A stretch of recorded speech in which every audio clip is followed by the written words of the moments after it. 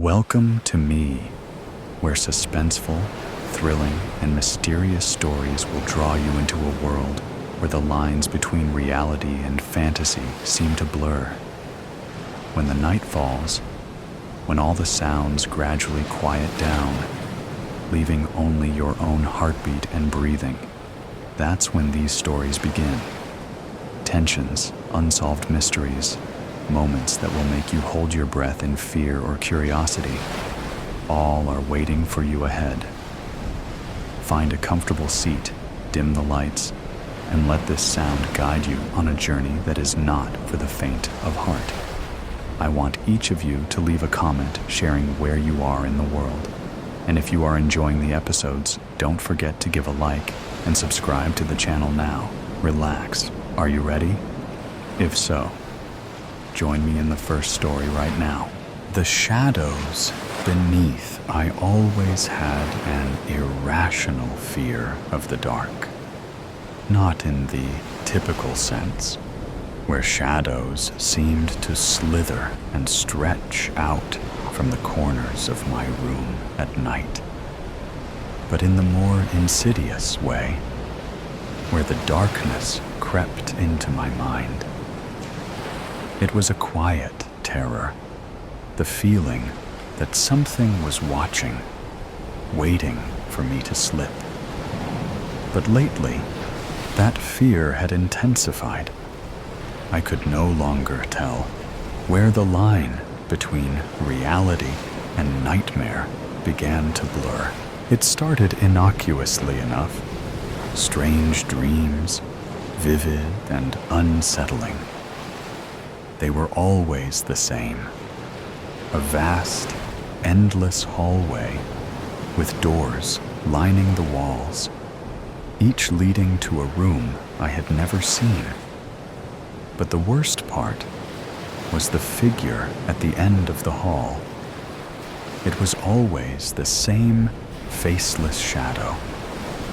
A person, but not a person. Its form indistinguishable from the pitch-black night surrounding it. One night, it was different. I woke up drenched in sweat, my heart pounding in my chest. The hallway from my dream stretched out before me, just like in my sleep. Only now, it felt real. The floor was cold under my bare feet, the air heavy with the scent of mildew. I froze, knowing that something was wrong, but unable to move. My eyes darted around the familiar room that now felt alien. My instinct screamed at me to run. But where? To hide from what? Suddenly, a noise broke the silence. A creak from the far end of the hallway. The figure had moved closer. My breath hitched as I saw it again, standing at the far end, a dark silhouette against the backdrop of the hallway's dim glow. No matter how many times I tried to look away, the shape seemed to grow, inch by inch, its presence more overwhelming. I tried to scream, but no sound came. Panic surged as I tried to turn back to my room, but my legs wouldn't obey.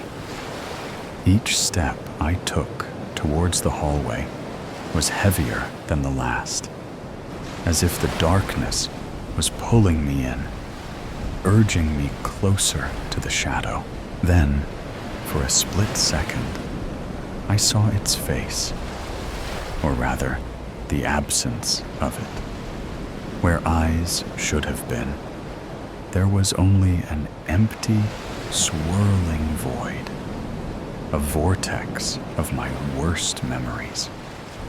All the faces, all the fears I had ever tried to bury resurfaced in that hollow, unblinking stare. In that moment, I understood. The figure wasn't some external terror. It was the manifestation of all the things I feared about myself. My fear was me. I was something that needed to be feared. But why? Why do I need to be afraid of myself? And then, in the middle of my terror, something shifted. I began to understand that the nightmare wasn't about running, hiding, or avoiding the figure. It was about confronting it, acknowledging what it represented. I had lived my life trying to hide myself, my true self, the real me. But the more I avoided, the more it controlled me. The shadow wasn't just a fear. It was a reflection of my own unresolved past that I needed to confront. Or I needed to remember something that explained everything, explained why I was different. Taking a deep breath, I did the one thing I had never dared to do. I approached the figure. As I walked towards it, the air thickened, the darkness pressing in on all sides. But I kept going. The closer I got, the less the shadow seemed to loom.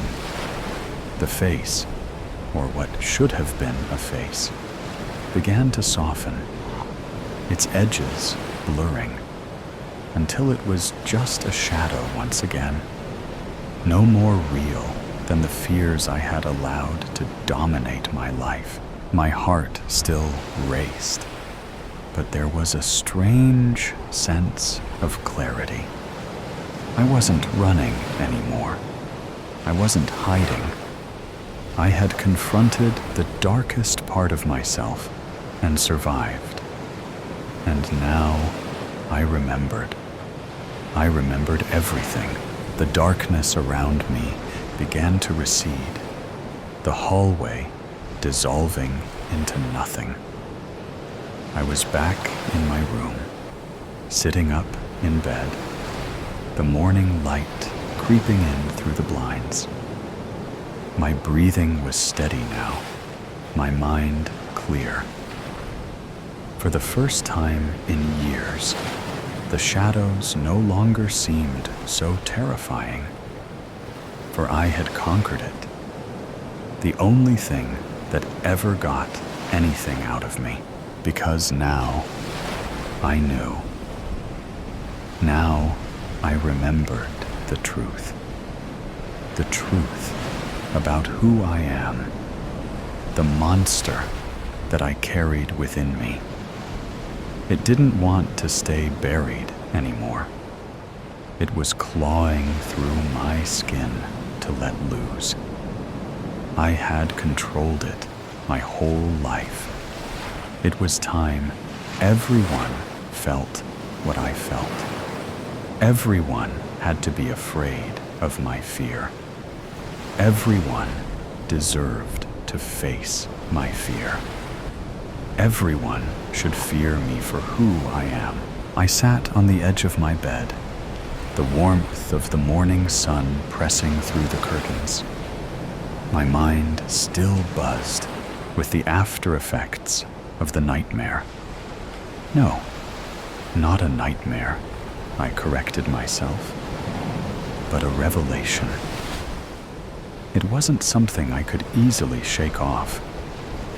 The fear of the dark, the shadow that had haunted me for so long, still lingered in the corners of my mind. But now there was something different, a strange sense of power, knowing the truth. I stood up and walked to the window. looking out at the world beyond. The trees swayed in the breeze, and the sky was clear, but a lingering thought gnawed at me.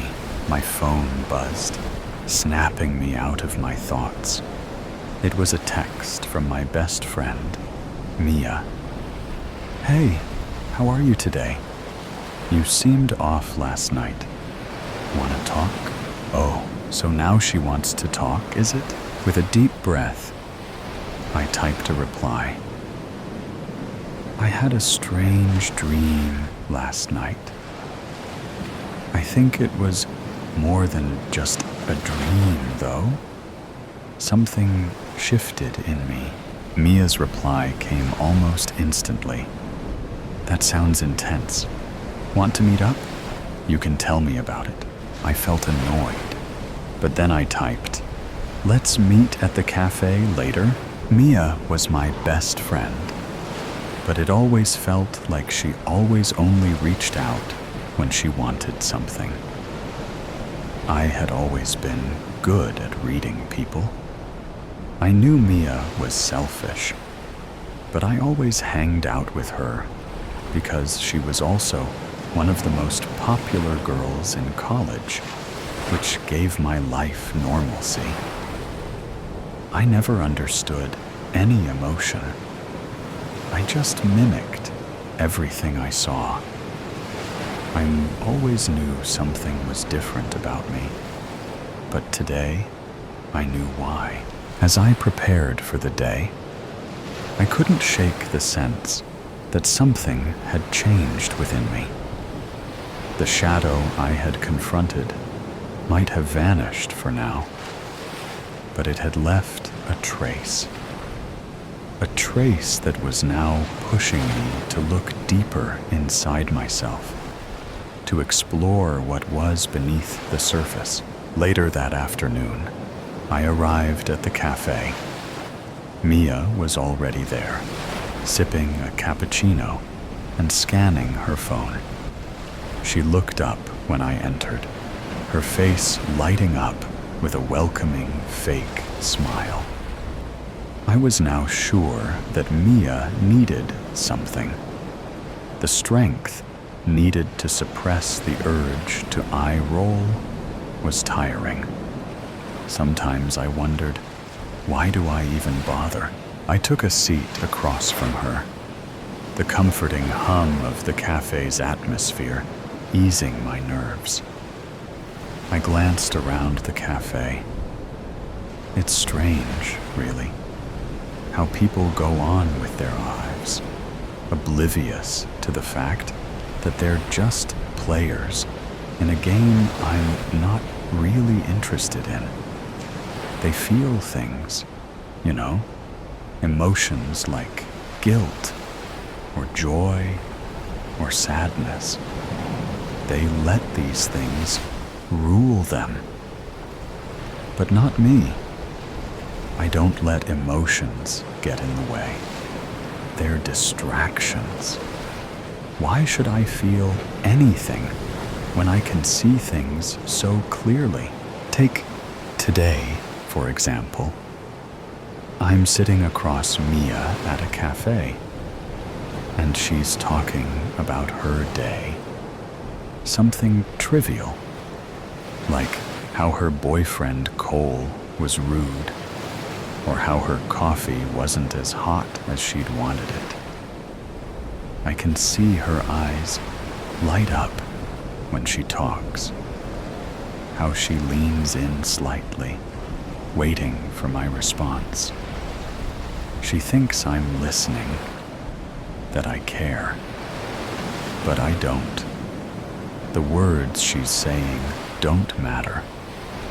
The only thing that matters is how she behaves, how I react to things she says, how she trusts me, how she looks at me like I'm someone worth sharing her thoughts with. I give my just enough attention to keep her interested. That's all I need. I can tell what she's going to say next without even having to think about it. People are predictable. They are creatures of habit. Emotions are just their patterns, their responses to external stimuli. They don't make them special. They're just machines that respond to certain things, like I do. The difference is, I don't get tangled in those responses. They're useful, though. Understanding them, manipulating them, it's like a game of chess. You move them around until they do what you want. She said that we could talk about my dream. But here we are, talking about how awful of a boyfriend Cole is. I just hope she doesn't cry. Because today, I don't think I can put up with this anymore. Cole just yelled at her for not deleting an Instagram post he didn't like. He never understood her. She says it like it matters. The vulnerability in her voice, that little crack that betrays the illusion of control. It's almost amusing. People talk about their wounds like they're sacred, like they're somehow beyond reproach. But what they don't realize is that they're just vulnerabilities. And if you're smart, you can use them. I watch her carefully, noting the way her hand shakes slightly as she stirs her drink. She's nervous now, about something. I nod, pretending to care, like I'm reflecting on what she said. I don't care about her boyfriend or her pain. I care about what makes her tick, how I can twist her perceptions just enough to get what I want. It's not about hurting her, not necessarily. It's about control, power, and in this world, people give up their power so easily. They open up to you, they trust you, and once they do, they're mine. Her phone vibrates. She picks it up, looks at it first with anger, then confusion, then sadness. I don't need to wonder what it is about. She will tell me about it eventually. She always does. She smiles, reassured. She thinks I understand her, thinks I'm someone she can confide in. She's wrong. I finished my drink. Her face lit up with the self-satisfaction of someone who feels understood, who's shared their deepest secrets with someone they think cares. Do you have a crush on Cole? She asks suddenly, her expression a mixture of hurt and anger. Now where was this coming from? Sometimes people do throw a curveball at you. But if you are someone like me, you always know how to dodge it. What? No, I said, trying to convey an emotion that I wasn't feeling. She stares at me, trying to read me. Unlike me, she wasn't good at reading people. Hence, she was in a relationship with an idiot like Cole. He was hot, all right. He had a handsome face, body that girls went mad over, and that bad boy attitude that had girls dropping like flies all over the campus. Also, he was nutty as a fruitcake. He had a personality of an Adidas sandal. She thinks that staring at me intently may intimidate me into telling her something. I just don't care about her or her pathetic boyfriend anymore. It seemed like a staring contest between us. She doesn't know that I've already moved on. I've already seen her for what she is. Predictable, simple, and just another piece on the board. I've won, and she hasn't even realized it.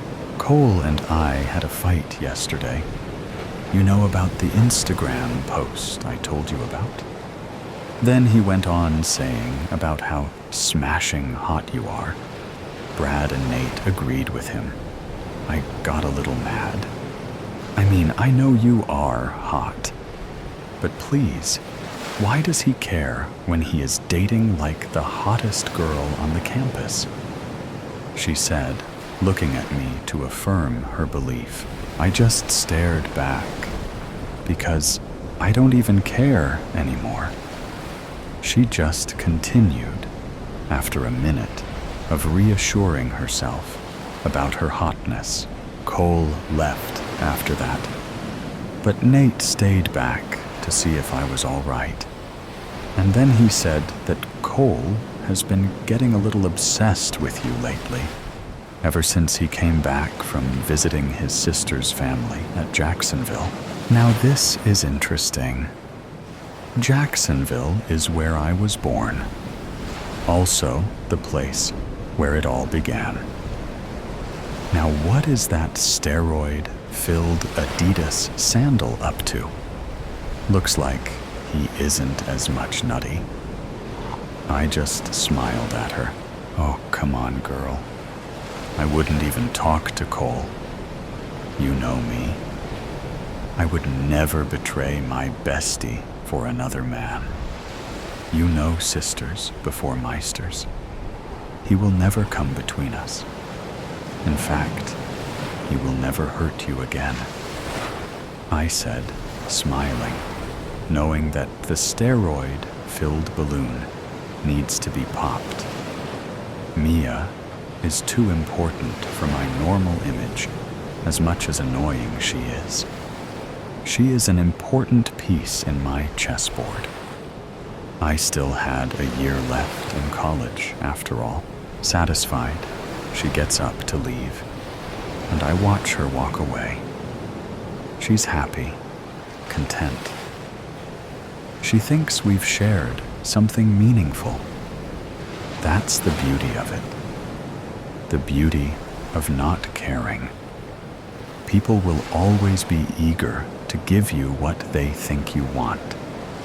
They'll hand over their trust, their secrets, their love, if you know how to ask for it, if you know how to play the game. I look out the window, the sunlight spilling through the glass. The shadows outside, stretched long and dark across the street, no longer seemed as menacing. The shadow hadn't vanished entirely, but it didn't need to. It was part of my story, part of what made me who I am. And by facing it, I had taken control over my own narrative. As I sat there thinking, I felt a sense of clarity I hadn't experienced before. There was still work to do, still parts of myself to uncover and accept. But I wasn't afraid to keep moving forward.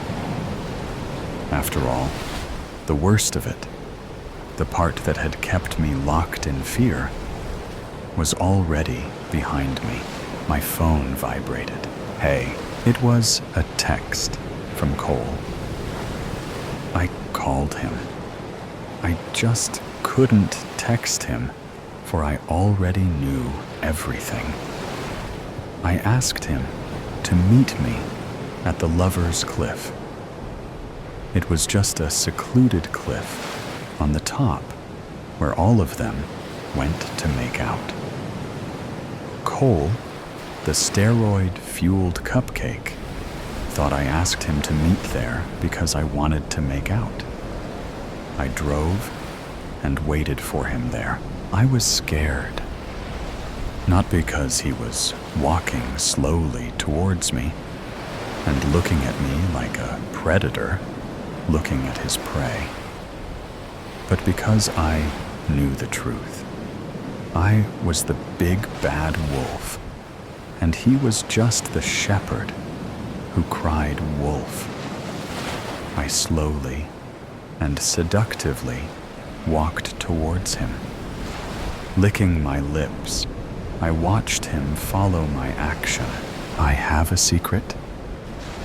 I asked, my voice barely a whisper, as if it were a secret in itself. "Yes," he said, smiling and reaching in front of me. "And you know about it?" I asked, trying to look serious and running my nails slowly along his chest and going around his neck. "Yes," he said, smirking and holding my waist. I shivered a little as his fingers made exotic patterns on the exposed skin of my waist. I pulled him closer to my face by his neck and played with his soft hair. "And this secret is what?" I whispered slowly, our lips almost touching. "You don't know about it yet?"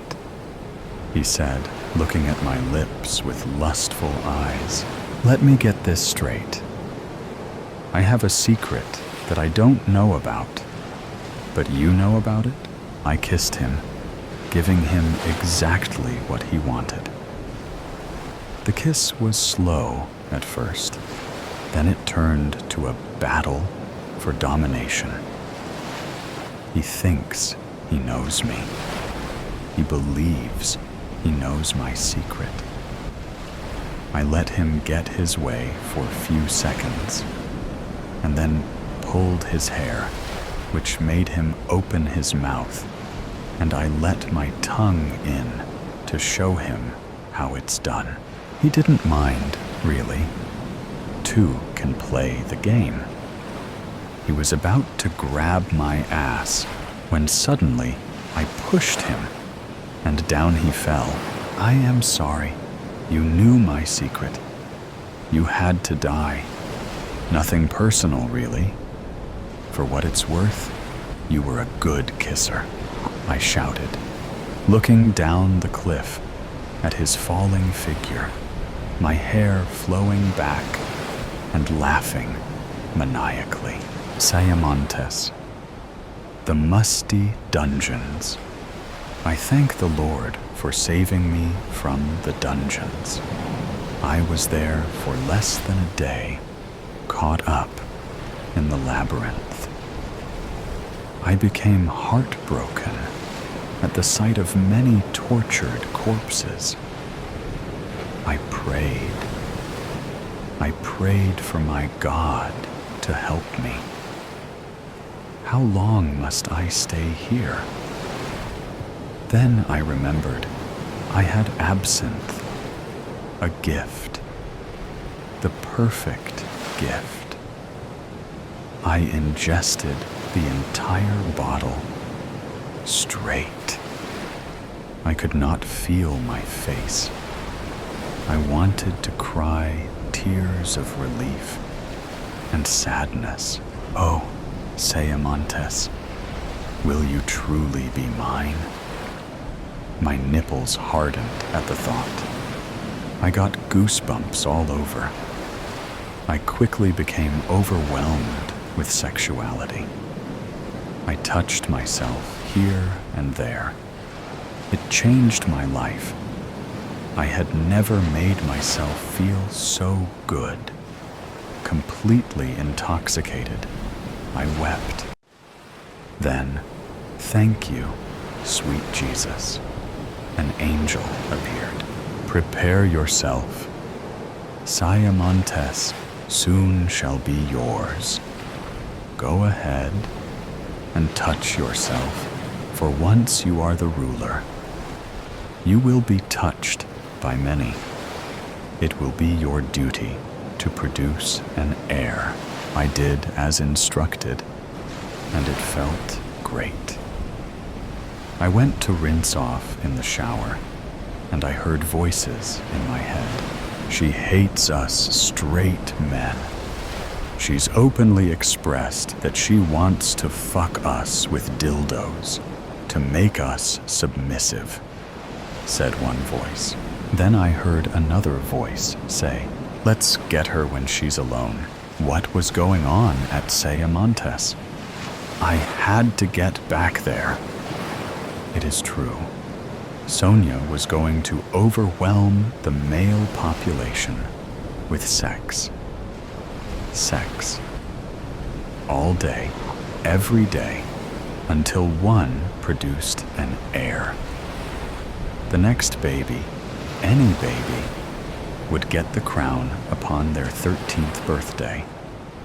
She was not joking around. If there was no heir, then it would be off to the gallows with her Richard. It was Richard who found me lost in the dungeons. I would have died down there if he had not searched for me. How did he know I was down here in hiding? Maybe it was Great Leader. Maybe she was alive. Maybe she didn't join the men on the battlefields. Oh my. Oh goodness. Could she still be alive? I asked Richard, how is our Great Leader? Tell me of Sayamontes. Please, please, Richard, tell me, I ordered, as he led me straight out of the dungeons. His torch was finely made. It shone bright. I cried as I smelled the fresh air. The dungeons were so moldy, so musty. I could not stand it much longer. Had I stayed down there any longer, I would have slit my wrists long ways. For that was the right way to end things. Long ways. Slice through your veins and your tendons. Cut them up, I was thinking to myself. Cut them up. As Richard and I reached the higher ground level of Sayamontes, I shed a tear. I instantly left Richard. I could not help myself. I had to see my Great Leader. And I did. I saw her huddling with the masses.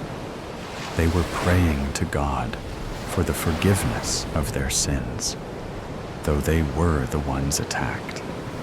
I interrupted their prayers. There would be no more asking for forgiveness. Beautiful women, what you did today was not wrong. Halt your voices. Halt your madness. You have reached victory today, and you have saved Sayamontes. Then Great Leader approached me. Then all of the women and Richard rushed over to me. They cheered me on with adulation.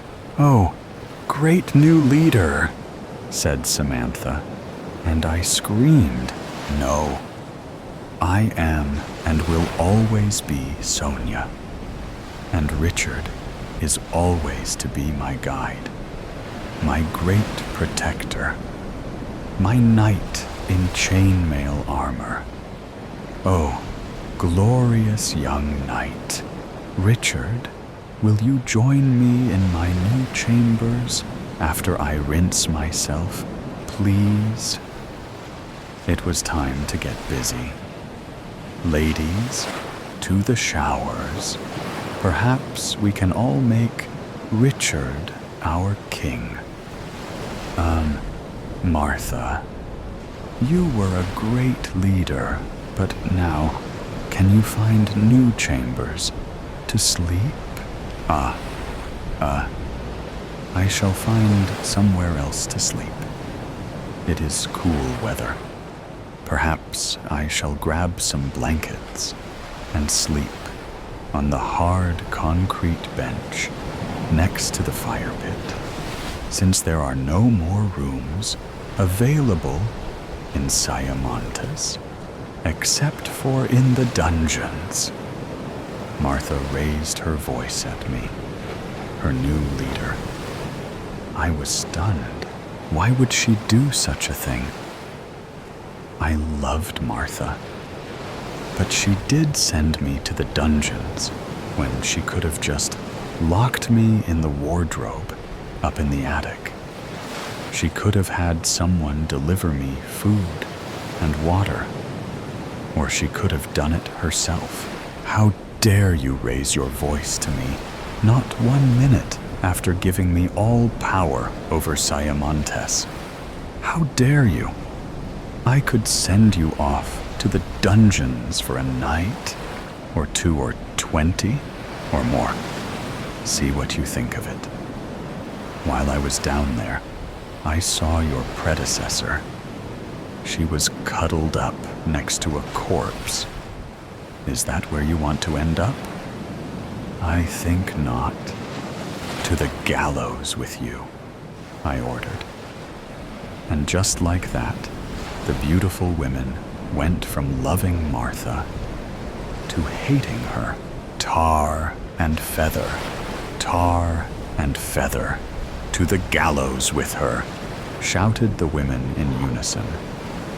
In Siamontes, you never disrespect your leader. It could be punishable by just the stocks for a lesser offense, then the gallows, then it was execution, much easier than a week in the gallows without food or water. You would pray for rainfall and not get it. Pure and intense suffering. And the mosquitoes at night would make you wish you had never been born. Stuck in your own filth, you could cry out to God all you wanted, but not even He could unlock the locks in the stocks. Strip her and search her right here on the spot. Then lock her away in the gallows until her death. Wait! Screamed Martha, but it was too late. They ripped off her dress and everything else.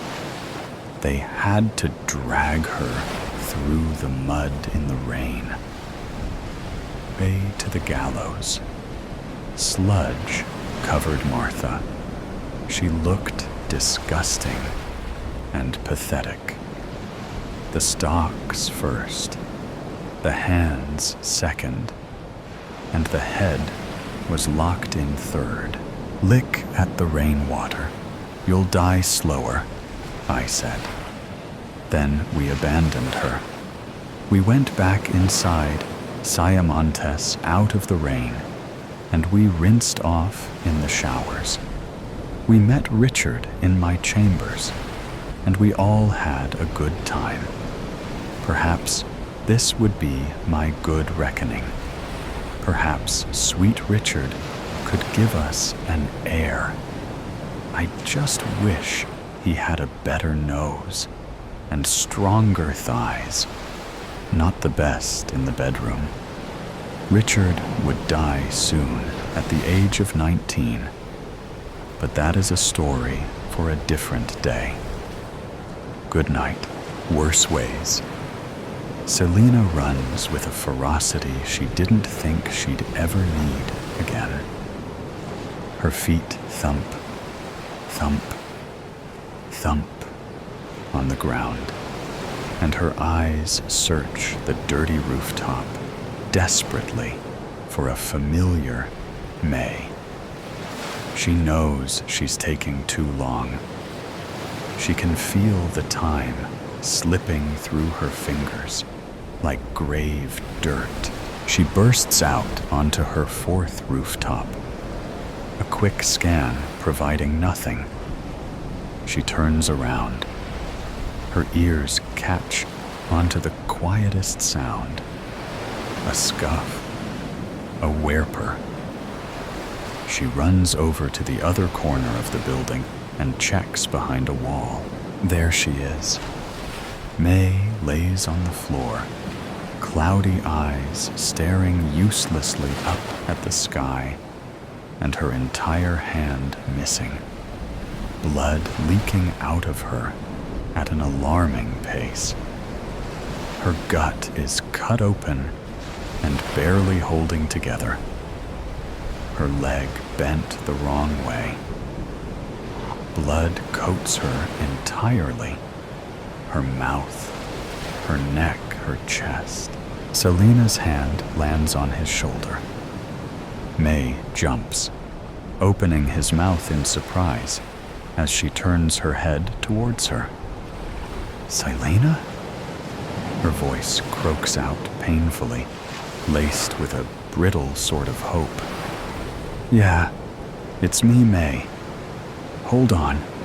Help is on the way. She'd called the ambulance as soon as she heard the news, hoping they'd be fast enough to get to her, find her, hoping she would be too.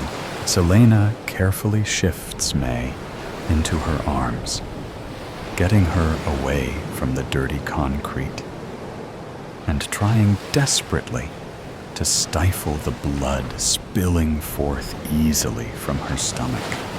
Selena, May says again, desperately. She says it like Selena is an angel about to bring her to salvation, as if Selena was what she needed, wanted, instead of some random punk from New York that kills people in his spare time. Instead of someone who shot a bullet at her skull. I'm sorry. May grits out, blood leaking from her lips and coating his mouth. She feels useless, hopeless as blood continues to gush, and May is the one apologizing instead of her, the self-sacrificial dumbass she is. No, May, you don't get to say that. You stay with me, you hear? You stay right here with me. Her voice shakes, and she feels untethered, like everything is slipping away from her again. She runs her hands over May's unbroken arm, trying to ground the dying girl, trying to bring her back to the world of the living. Please, not again. May opens her mouth and breaks into loud, shattering coughs, blood dribbling down his chin even more. She shakes her, rougher than she probably should, trying to make her come back, make her stop drifting away, even when held beneath the calluses of her palms. May whines in pain. Come on, May. You can't go yet. You've got people to save. You've got friends who need you. Selena needs her, and yet May is leaving. She thinks of Jason and of her brother, Leo. They need her too. Need her like the air in their lungs, like the blood in their veins.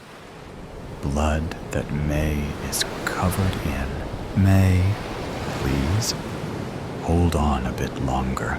You can't leave me yet. Who else is going to knock the gun out of my hand? You promised. May we would live happily once this war is over. I haven't heard enough moral preaching yet. Come on. She's pleading, begging, praying to a God she no longer believes in. It's too sudden, too soon. She can't lose someone again. She can't. She'd listen to 1,000 hours of bull crap if it meant May would just live. If it meant May would continue to lecture her and annoy her and be beside her, side breathing and smiling. May's shaking hand reaches up to his shirt and latches on, staining it with her blood. She can hear the sirens getting louder, closer. See, Silena. May's voice is scratchy, pained, weak. Shut up, May. Don't talk. Just stay awake for me. They're so close. Just a little longer. She just needs to hold on a little longer. Silena. No. May can't do this to her. She can't say goodbye. She hears the weight of her name, the finality to it. The hand on her shirt slackens. Her body starts to go limp, and she can feel it. Feel the way death grips her, like it did her brother, like it did her dad. I will miss you. Silena feels her chest shudder with a sob. The tears slip freely from her cheeks. The hand reaches up again, and it's so cold against her cheeks, so cold as it wipes away her tears. She grabs it, holds on to it, like it's the last anchor she has, pressing it to her cheek in the reminder that Silena is here, that May can't leave her here all alone. May should be yelling at her, screaming at her, like she always does. She doesn't respond, even as she shakes her, doesn't move, or breathe, or smile, or yell at her. I'm sorry, May. She whispers to the sirens and the air and the quiet body before her. I'm sorry, May. May is held in her arms, and yet she is alone. She is alone. She yells at the sky, at herself, at the world. She yells, and she yells, and then she cries. Her lips press softly to the cold fingers of the girl she was only just learning to care for. She gently sweeps her bloody hands through dark hair for the first and last time. Slowly smooths her thumbs over those open, empty eyes and closes them against the harsh wind of the city. The paramedics storm the rooftop, and she's dragged away from the body. She doesn't stay to watch them load the body into the ambulance, doesn't stay to watch the ambulance drive off slowly, in no rush to save a dead person. She walks away to a panicked shouting. She lays down in his bed, soaked in another person's blood. She stares at the ceiling with an emptiness clawing at her heart until it drags her down into darkness. She wakes up 5 minutes before her alarm. She wakes without any sleepiness, Suddenly they're thrust into a world where she remembers the feeling of bloody hands against her cheek and the weight of a dead person in her lap. It takes her a second for the feelings to rush back, for the bone-deep exhaustion to settle familiarly in her chest, and the accompanying rage to guide her sights. She stands up as the alarm rings. A standard beep, beep, beep before she shuts it off. She looks at her hands. This gives her pause. She knows she didn't wash her hands last night, remembers the feeling of blood coating each and every finger and staining every surface she touched. Selena looks at the pristine white bed, then down at her spotless white top and clean jeans. Something is wrong. Her hand reaches for her phone, and she stares down at the date with a sinking sense of insanity. That can't be right. That's impossible. The numbers don't change. November 7th, it says, clearly, as if that makes any goddamn sense. Yesterday was November 7th. Yesterday she fell asleep, covered in blood. And yet, with a sudden ferocity, she finds her hands navigating the device, pulling up her contacts, and pressing firmly on a familiar name. The phone rings, and rings, and rings. Someone picks up. "Hello?" May says over the phone, her voice scratchy from sleep with an edge of worry. Her chest rattles with her next breath. His legs wobble, and she collapses onto her bed. "Hello?" May says louder, more alert, worried at the lack of response. "Hey," Selena says quietly. It's all she can say right now. What should one say to a dead woman? Not dead? How does one cope when the woman you held till her dying breath is breathing again? "Are you okay? Do you need help?" May asks. There's shuffling over the other side of the phone. A creak. More shuffling. As if May was suiting up. "I'm fine. It's nothing," she grits out. Her chest hurts. Her eyes ache. Her head is swimming with confusion. "It doesn't sound like nothing. Where are you?"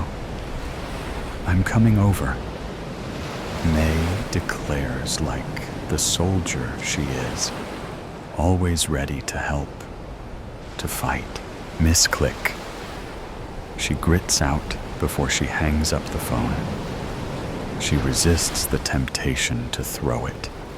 She resists the urge to scream. She knows nightmares. She has them every night. But never has one been that real. Maybe she really is going crazy. Tremors shake her body, and she can't just forget holding someone while they die. Can't forget those sightless eyes, or those cold hands, or the putrid smell of blood so strong she was swimming in it. She can't forget the sticky warmth on her hands and her chest and her cheek, on her lips.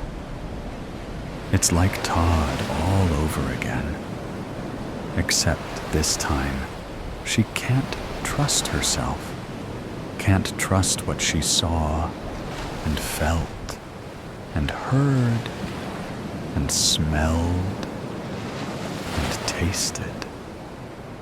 She tasted death. May was dead when she fell asleep. May was alive when she woke up. May is alive. Memories of the same past experience hit her like a full-speed bullet train. She's still alive. They are stuck in a time loop, and this is going to repeat. A pastor's burden. In a small hospital room, a visibly shaken woman sat slumped in a chair next to her daughter's bed, watching her chest rise and fall as oxygen moved from the tubes into her lungs. Dark circles framed her eyes, which were heavy with exhaustion and worry. When she heard the news announcement, she looked at the small TV screen and raised the volume quickly. Tonight, a local pastor is in custody after turning himself in for a hit and run of 13-year-old girl Emma Campbell that occurred only a week ago.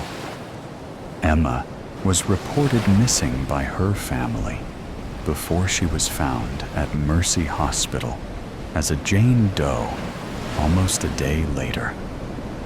Emma is currently in critical condition with injuries that include blood force trauma and spinal fractures. This all unfolded this morning when 54-year-old David O'Reilly of the Church of God in Christ reportedly turned himself in and admitted to hitting her and fleeing the scene.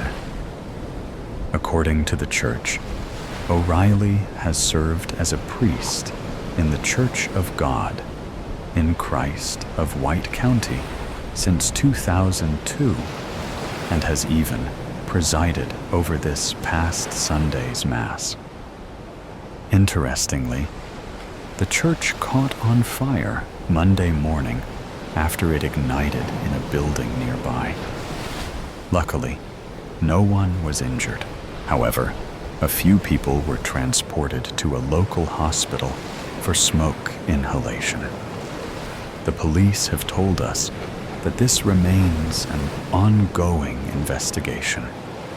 Meanwhile, the community and friends of the Campbell family are holding a vigil. Emma's mother told us, "I am just terrified. I want Emma back. I don't care about anything else." Reporting live from Mercy Hospital, this is Angelica Sanchez, CBS News, as the woman watched. She sobbed quietly while clasping her daughter's hand, her other arm wrapped protectively around herself, as if trying to shield them both from some hidden danger. She was still shocked at the whirlwind of events that rocked her family for the past few days. God was punishing her, she thought. Not very far away, 2 police detectives walked into a room where David O'Reilly sat, his head hunched over in a metal chair and his hands clasped tightly. One of the detectives cleared his throat as they sat opposite him, while the other shuffled papers as if he had not just gone over every paper before coming in. "Mr. O'Reilly, I am Detective Jameson, and this is Detective Phillips. Do you need anything before we start? Coffee or some water?" David shook his head, which prompted Detective Phillips to begin. "All right, Mr. O'Reilly, Walk me through what happened last Thursday. David sighed and shook his head before speaking slowly. Like I told Officer Jones, I was heading home on Eli Road. I had a lot on my mind and didn't see the poor girl. I slammed on my brake immediately. I ran out of the car, and she was lying there, and blood was everywhere. I panicked. I did not know what to do. I do not carry a cell phone. I cried for help, but no one was around. I thought I could take her to a hospital, but I know you are not supposed to move people. And also, I recently had back surgery, so I was not sure if I could. I went back into my toe, and I had all the intention of going to the nearest station, but I don't know what happened. The devil is a powerful enemy. I got scared. The devil. I see. Where were you coming from? I drive to a local donation center now and then to buy books for the children in my parish. Right. We called after your initial statement, and while everyone knew who you were, no one could confirm you were there last Thursday. Yes, I realized that I forgot my wallet at home and just turned around and did not make it there. I see. And what happened when you returned home? I parked the car. My wife was helping my oldest son, Adam, with homework, and the other two were playing in their room. Deacon Cowley came over, and we discussed Sunday's sermon. When he left, I put Faith and Jacob to bed and showered. After Adam went to bed, I told my wife what happened. Help me understand this. You are a man of God. You teach His word.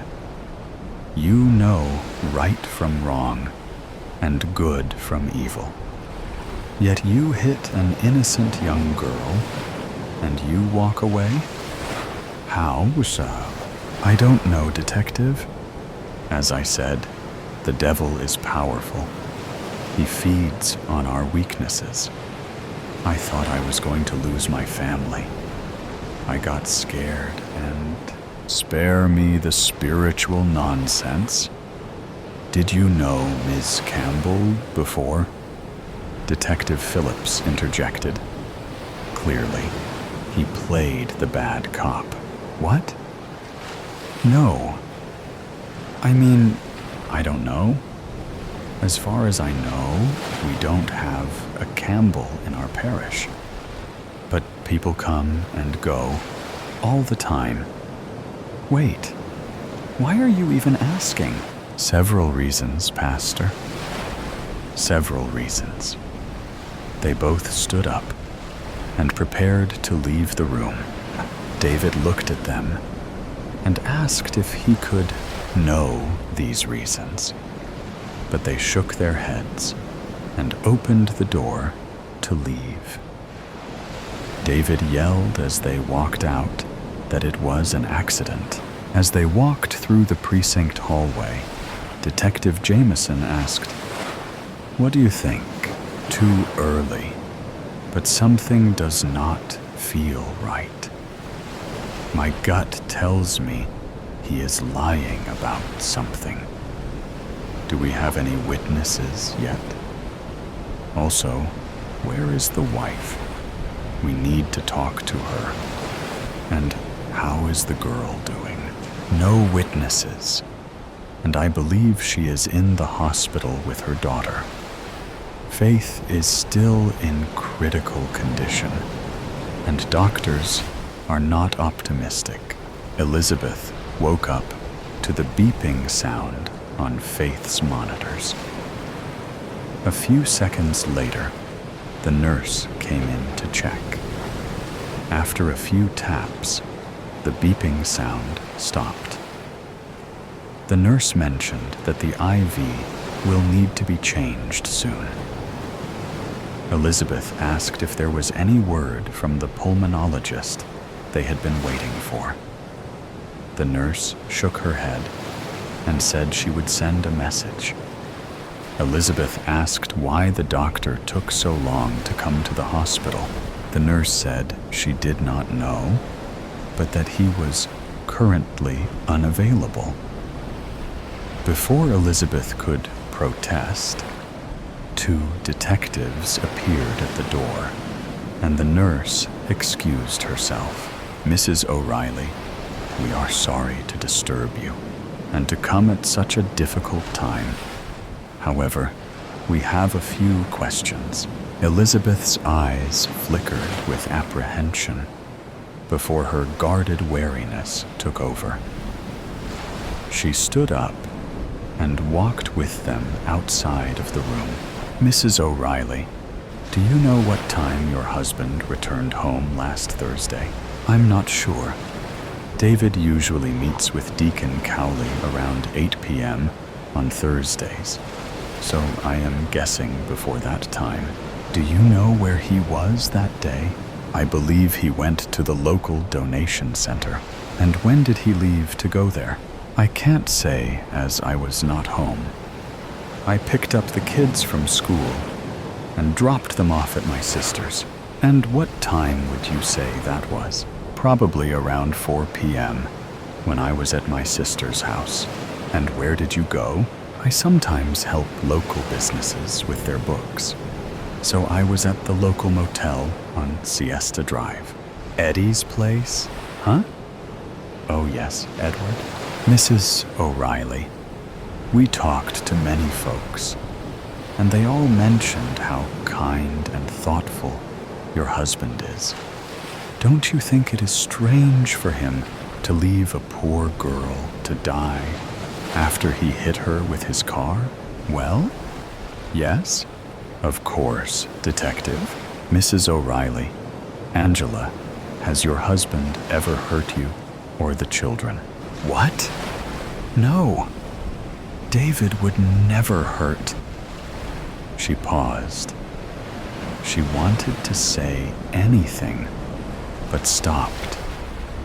Tears filled her eyes as she tried to finish the sentence, but couldn't.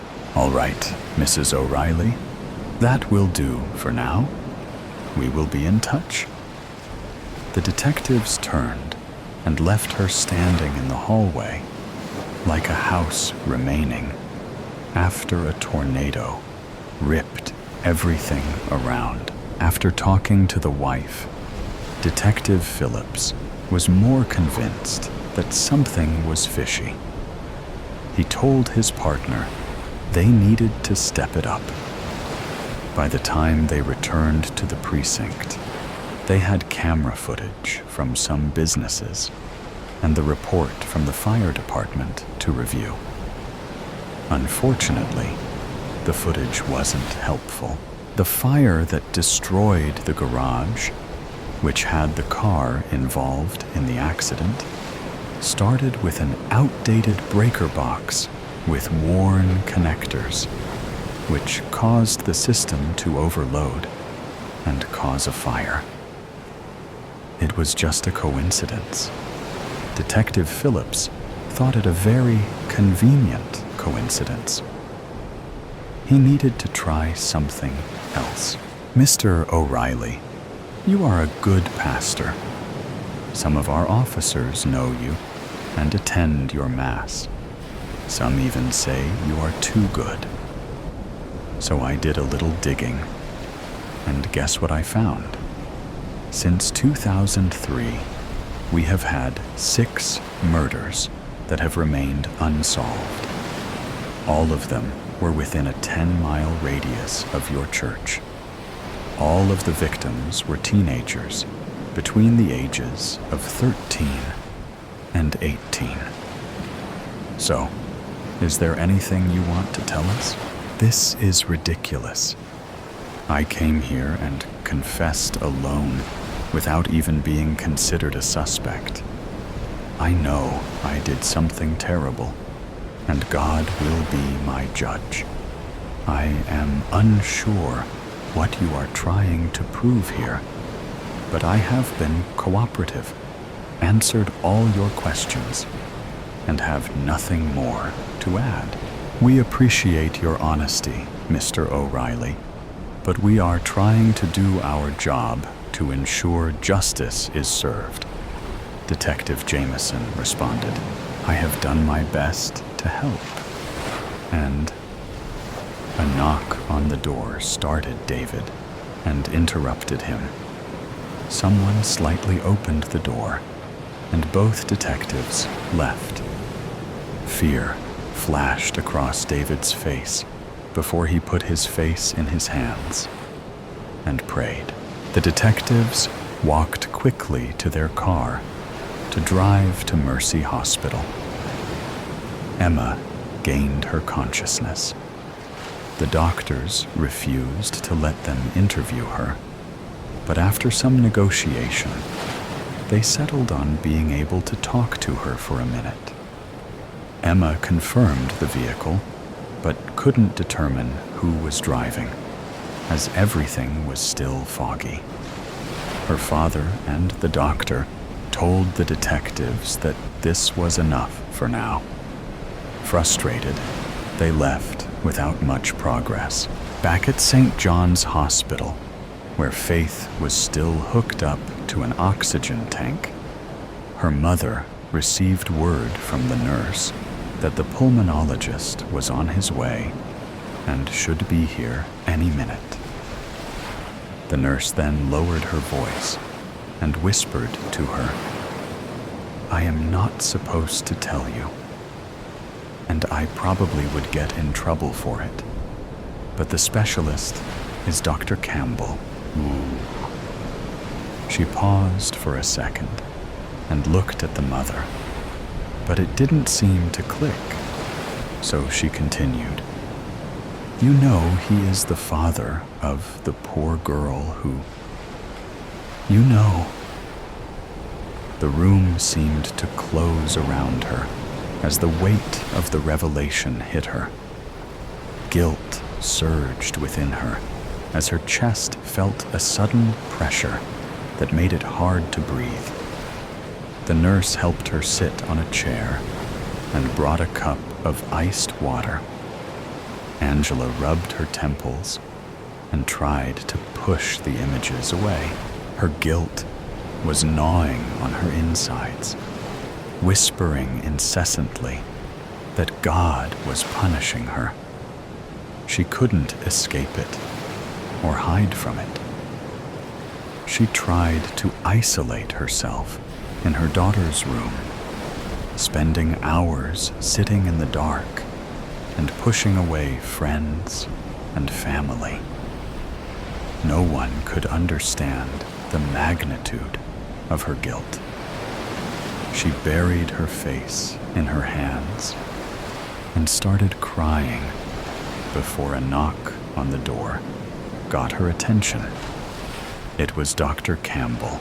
The next day, the detectives returned to Emma's room to ask her more questions. Her memory was still hazy, but she could better describe the car and confirm that it was a man driving it, not someone she knew. When given a picture of Pastor O'Reilly, she couldn't identify it as him. Detective Jameson thought that, at this point, the case was almost closed. They had a confession. The victim identified the car, the time, and that a man was driving. However, Detective Phillips still felt something was wrong.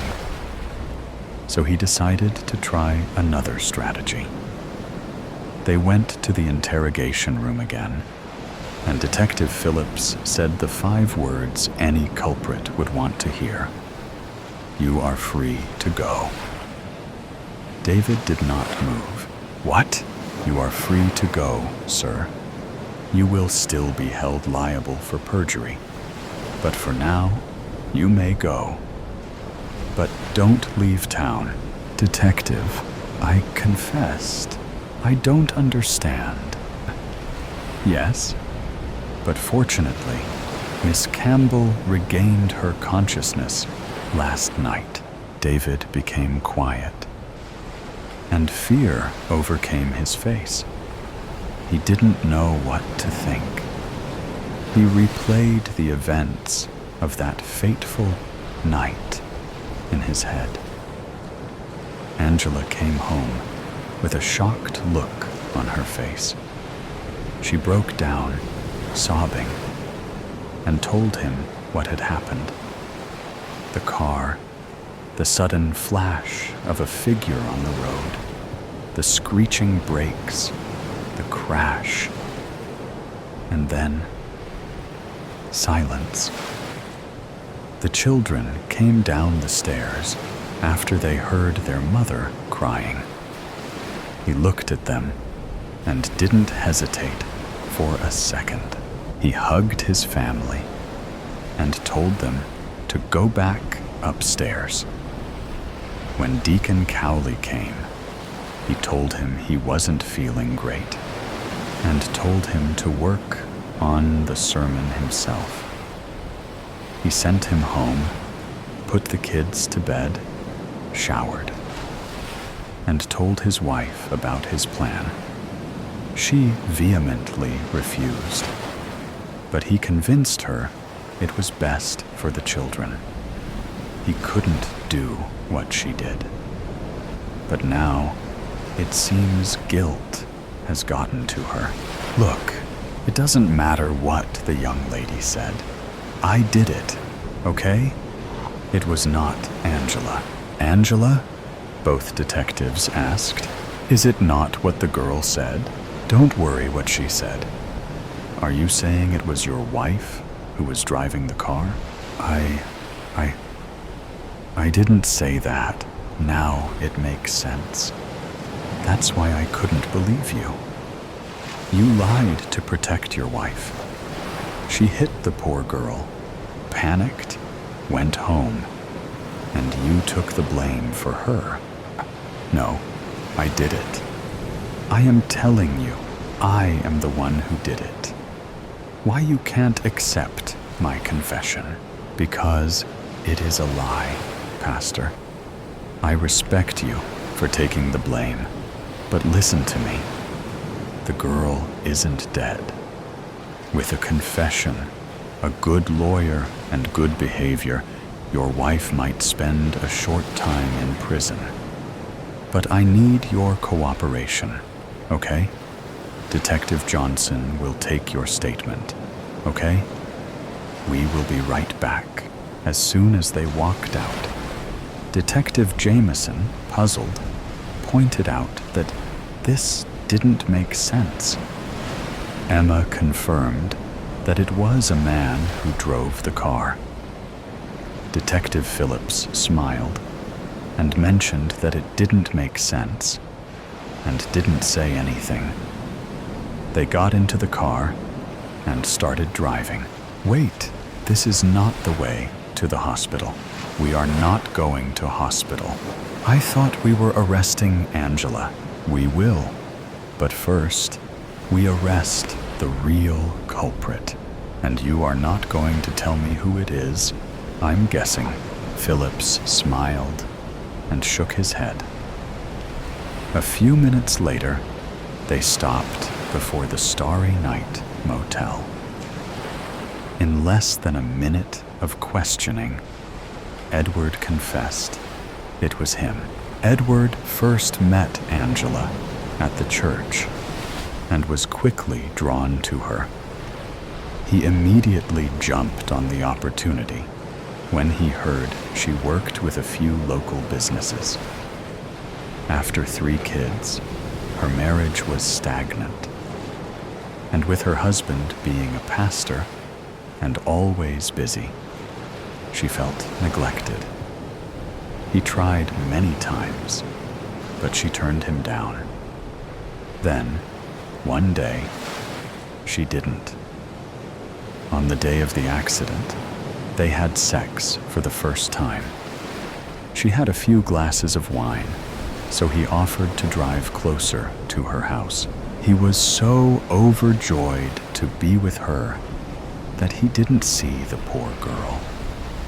At that moment, all his dreams turned into a nightmare. He tried to call the police, but she panicked and said no. She couldn't face her husband. When they saw a car's headlights coming, she told him to go back to his motel and that she would take care of it. He thought she would take the girl to the hospital, but when he heard nothing, he realized she wasn't. A month later, Detective Phillips stopped by Pastor O'Reilly's house. A moving truck was parked outside, and boxes were sitting out. David and his son gingerly walked out of the house, carrying a dresser. When they saw him, David told Adam to help his siblings. The detective picked up the dresser and helped bring it without saying a word. "How can I help you, Detective?" "I just came to apologize, Pastor. I know I was harsh with you, and you didn't deserve that." "Oh, that's all right. I lied to you, so you are fine." "But how did you know?" "Let's call it instinct. That's a gift from God." "Sure, Pastor. Speaking of which, oh, I knew you didn't just come to apologize. Ask your question. Seems I am not the only one with gifts." "Of course not. God is generous. It was you who caused that fire, wasn't it?" "I swore I wouldn't lie again. So yes, it was me." "Is that instinct too?" The detective laughed and shook his head as he walked away, saying, "This was a gift from God. There's not a ghost in my house." Sally, are you running from me, Sally?" "I'm not running, Jessica. You tried to leave before I could catch you." "I'm busy, Jessica. I work." "Meaning I don't work? Let's say you don't do 9 to 5. "Oh, I work, Sally. I work plenty. I work around the clock working. If you call what you do work. So that's another rumor you've been spreading about me? I'm a bum now?" "I don't spread rumors, Jessica. My name is Jesse, and you know it, since you throw it around a lot. You're paranoid." "Oh, really? I'm paranoid? That's why the whole congregation just snickered at me? I have no idea what you're talking about." "And the preacher just called me imaginative. No idea why. No idea, huh? You haven't shared my new insurance claims around lately. I don't have time for your nonsense." "Nonsense? You're calling the House of Horrors? You sold me nonsense?" "We don't entertain ghost stories, Jessica." "No, you just entertained stealing my money and handing me a haunted house." "Honestly, Jessica, you have a wild imagination. It's just an old house. Can you try to tone it down?" "Oh, I'm the liar now? You didn't disclose anything. You sold me a paranormal vortex." "Jessica, I sold you a house. I didn't sell you a haunted house. Older homes are a little noisy." "A little noise?" "The lights flicker on and off like a damn hallway disco. Battering rams shake the walls. Something cold keeps stalking me from the laundry room to the upstairs. And then there's the whispers in the landing mirror.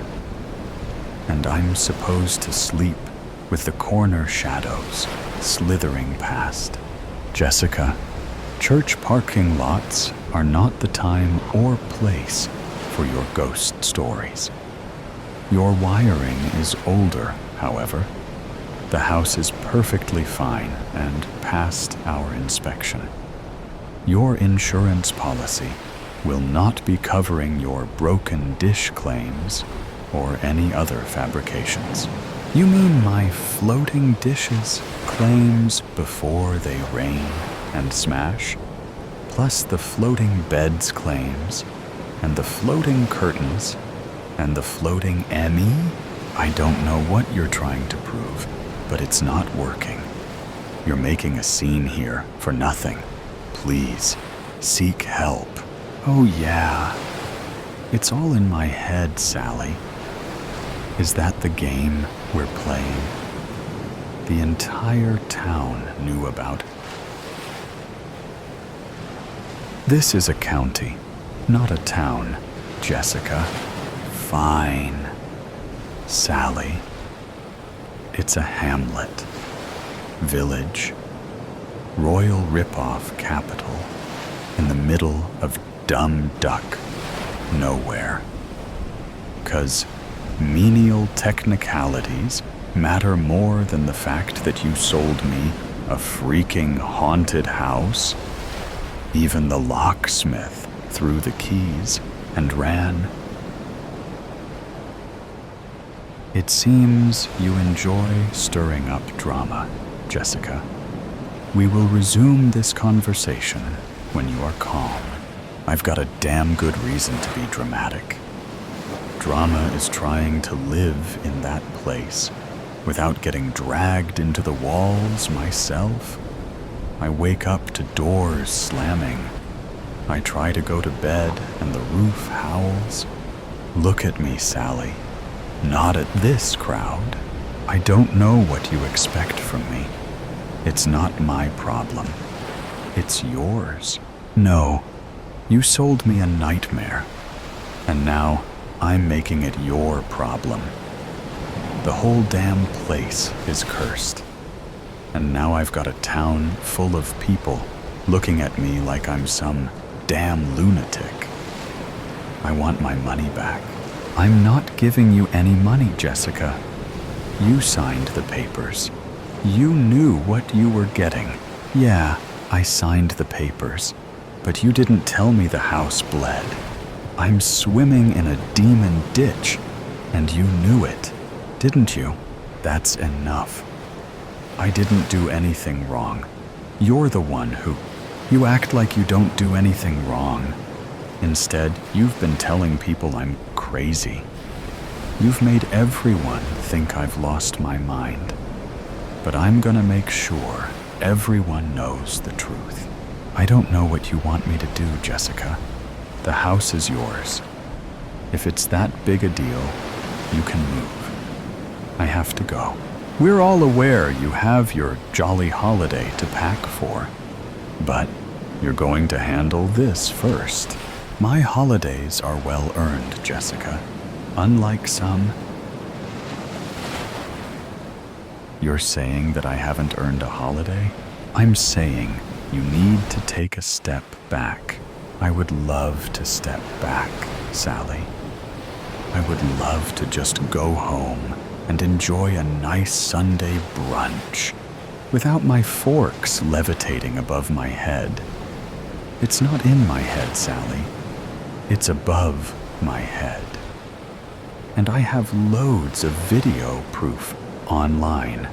It all went viral. None of that has been proven to be real. Proven? You want me to prove it? How about you come over for a meal? You can even spend the night. The guest room has floating lamps and screaming furniture that likes to rearrange itself. I'm sorry you feel this way, Jessica, but your home purchase and insurance policy can't help you with your haunting. My haunting. When are we going to acknowledge the literal hell you've put me through? The place is cursed, and you sold it to me with a smile on your face. And now I'm stuck in this ghost infestation? And you ruined my rep to boot. No one is answering my ads. Maybe no one needs your services here, Jessica. Will that be before or after the rumors you spewed? 'Cause they think I'm all crazy, right? 'Cause you didn't do anything wrong, right? I did not. I went out of my way to help you in an emergency. You were an opportunist. We all helped you, Jessica. Helped me how? Don't smirk at me. You ripped me off. I want my money back so I can move to a normal home with visitors that don't drop through ceilings. If you want people to visit you, Jessica, perhaps you should share more in community spirit rather than silly stories. I've had plenty of guests, Sally. Like rocks through my window, kids screaming, and slow cars passing. Not to mention the 24/7 live-in spook party you sold. And what about all the tents on your front lawn? The Ghost Hunters Unanimous team? They're here for the one-night challenge. Do you have a permit for those theatrics? Excuse me? You didn't inform us that you were converting the property to a theater. We may have to cancel your insurance. You bloody snake! Unlike your stories, Jessica, your contract states you must inform us first if you run a business from the premises. And unlike your business slogans, I will be certain to share my bad experience with your real estate and insurance firm to my new 57K ghost followers. And I will sue you for defamation. And I'll sue you back. What defamation, Jessica? You shared my personal claims to half of the town, congregation, and our preacher. I believe we all count as witnesses to your ruining of my reputation. Yeah, let's go to court. No, don't. Jesse, we can review your claim on the 17th when I return. No, Sally. We can review all my claims before you leave for your palm trees on Tuesday. I'm sure it can wait. It's waited long enough. And, Sally, we may have additional info to review. And what might that be? Jesse? I am considering turning my ghost house into a business. We need to ensure the... Ouch! Do you always slam your Buick doors like that? In the pastor's care. This story contains descriptions of violence. Franklin, Wyatt, had a voice that made people lean in. A voice you'd trust to guide you through a storm. In the sleepy town of Crosshaven, sometime in the mid-1980s, Franklin was more than a pastor. He was a caretaker for the foster kids no one else could handle, and a fixture at every town potluck. People saw Franklin as a quiet man with an unshakable sense of purpose. No one would have guessed he was running from a past darker than any storm cloud. Years ago, Franklin had done the unthinkable. He'd taken the lives of his wife, Elise, and his teenage daughter, Margaret. They weren't cruel women, but they were fierce. Too fierce for Franklin's tightly wound idea of what a household should be. Elise never backed down from an argument, and Margaret's quick wit was as sharp as a knife. To Franklin, their defiance wasn't just a challenge. It was a sign of something broken that needed fixing. One thunderous night, in the heat of a feverish prayer, he believed he'd heard God's voice telling him how to save them. And so he acted, not out of rage, but a misguided conviction that he was doing right by them. Afterward, Franklin vanished. Back then, it was easier to slip through the cracks. No internet to trace your steps, no databases to cross-check your lies. Franklin reinvented himself as a pastor in Crosshaven.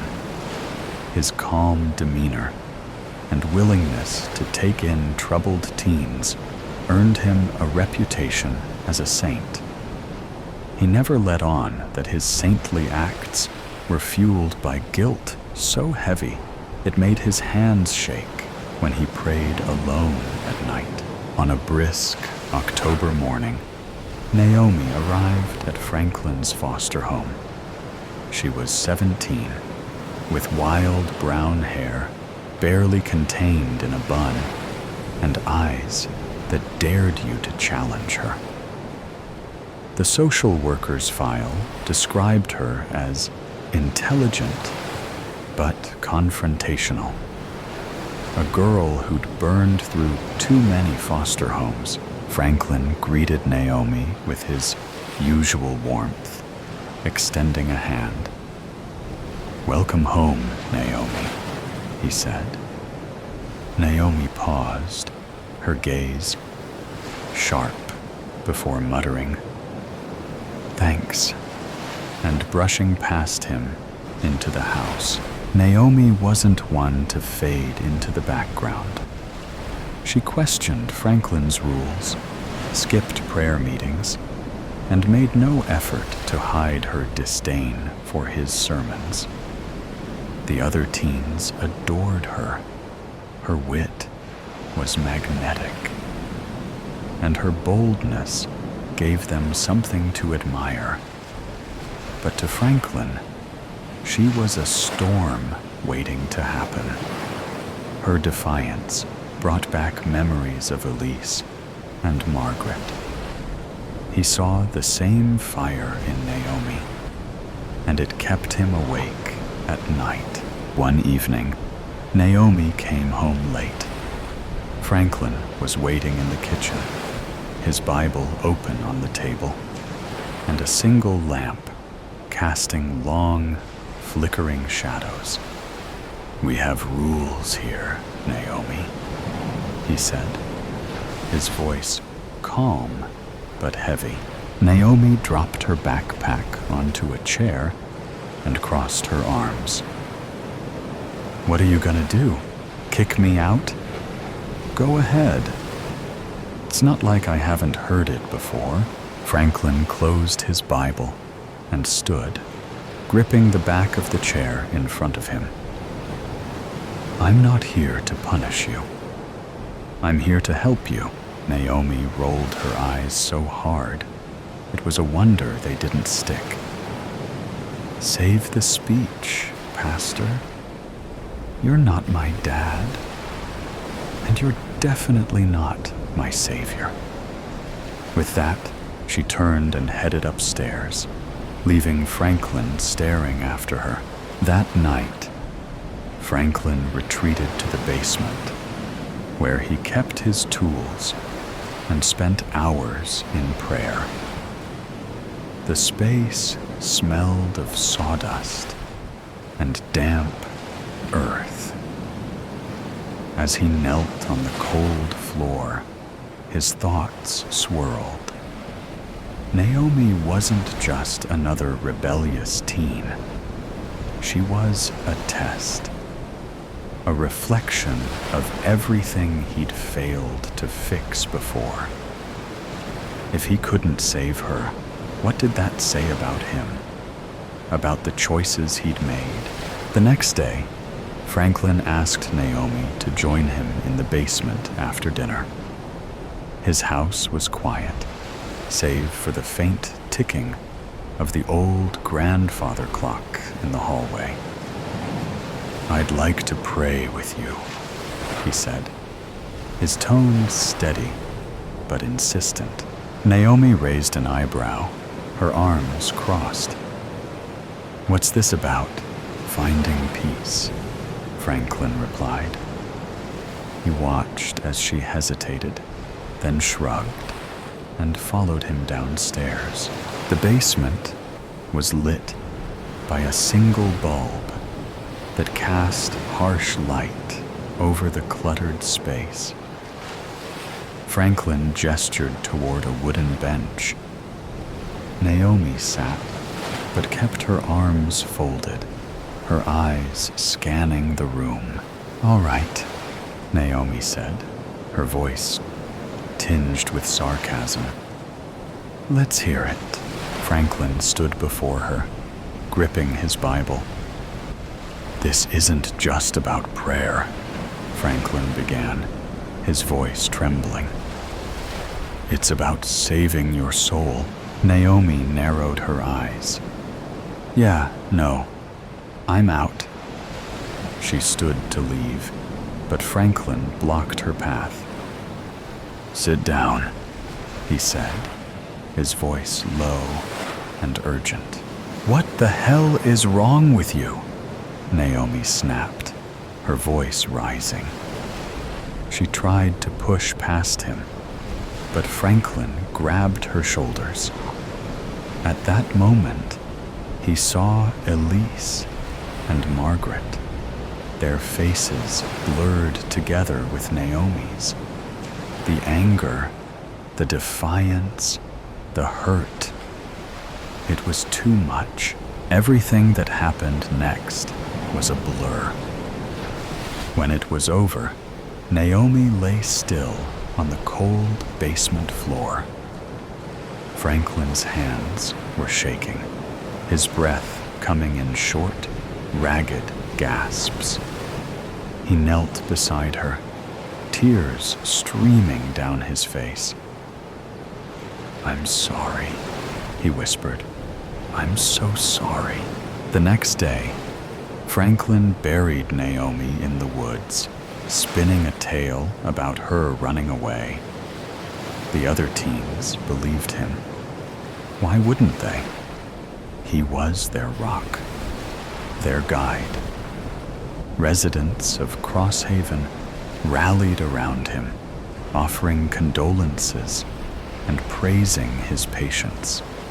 It was almost enough to make him believe his own lies. That evening, Franklin sat alone in the darkened living room, the weight of his sins pressing down on him. For a moment, he thought about turning himself in. But before Franklin could act, the phone rang. "Pastor Wyatt?" the voice on the other end said.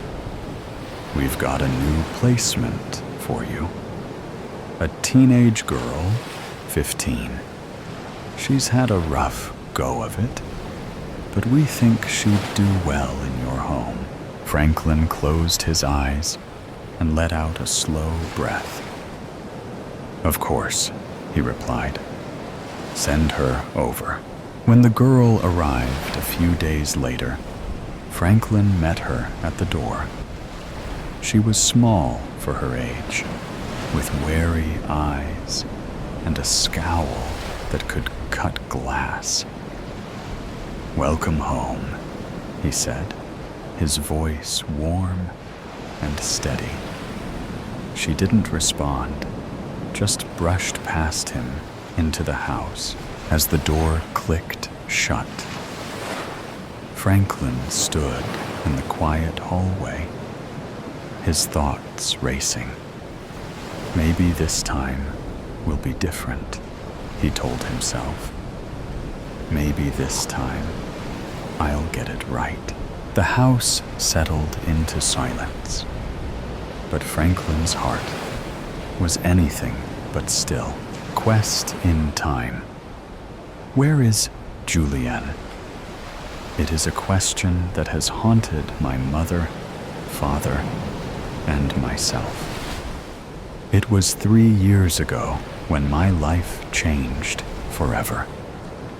My sister, Julianne, disappeared coming home from Red Oak Park, a county recreation site about 20 miles west of Jonesburg, a small town south of Cleveland, Mississippi. The park had a pond with access to Lake Colbert and the Mississippi River. Lots of trees and hiking trails, campgrounds, and a couple of boat docks. My sister and her boyfriend had gone to the park to celebrate the Thanksgiving holiday. The two had gotten into an argument. She had gotten mad, told him to find his own way home, and had gotten in her car and left. First of all, you might be wondering why my sister was driving. That had a lot to do with the argument they had got into. Her boyfriend, Steve Simich, was currently a stalker in a grocery store, did not have a car, at least not one that worked, was trying to finish college, although not very successfully, and didn't seem too worried about whatever was ahead. My sister, on the other hand, Julianne Harden, had finished college, worked a full-time job, and was preparing for a life with a house, a family, and a future. Although there was no doubt she loved him, I believe that, looking back, she was beginning to doubt how much he loved her. His unwillingness or inability to move forward in a responsible manner was a red flag she couldn't ignore. So, that being the case, according to Steve's account, she blew her stack, fussed at him, and jumped in the car, speeding off down the road. She was never seen again. The police were called when she didn't make it home that night. Steve was interviewed, but the fact that he had to call a friend to pick him up at the park, something that was verified by the police, seemed to clear him of any part in my sister's disappearance. We called on friends and family, searched the roads between our house and the park, but found no sign of her or her car. 3 days later, her car was found in a church parking lot. There was no video or security camera, so no evidence of who left it there. No matter how we searched or the police investigated, no evidence of her has been found since. I was 17, a freshman at Hobart University when this happened. She was 22, a graduate from the same college, and just starting her life. Although my questions started then, my quest didn't begin until my senior year, when I was finishing up a degree in criminal justice. My last semester at college, I had a chance to get an internship with the county sheriff's office, and I worked to get located at the same precinct that had investigated my sister's case. I did not mention my sister because I was afraid that they might see my placement there as some kind of conflict of interest. Luckily, it had been long enough since my sister disappeared that the detective assigned to the case, Jonathan Lucker, seemed not to recognize me or remember my name. I kept a low profile, determined not to be found out. I started in late January, with responsibilities to be assigned on a daily basis.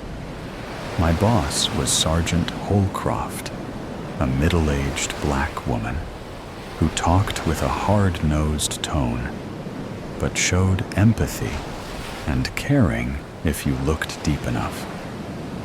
In between cleaning interview rooms, filing personnel records, and filling out supply forms, I perused the computer, which I now had at least limited access to, and prowled the evidence locker to see what I could find out about my sister.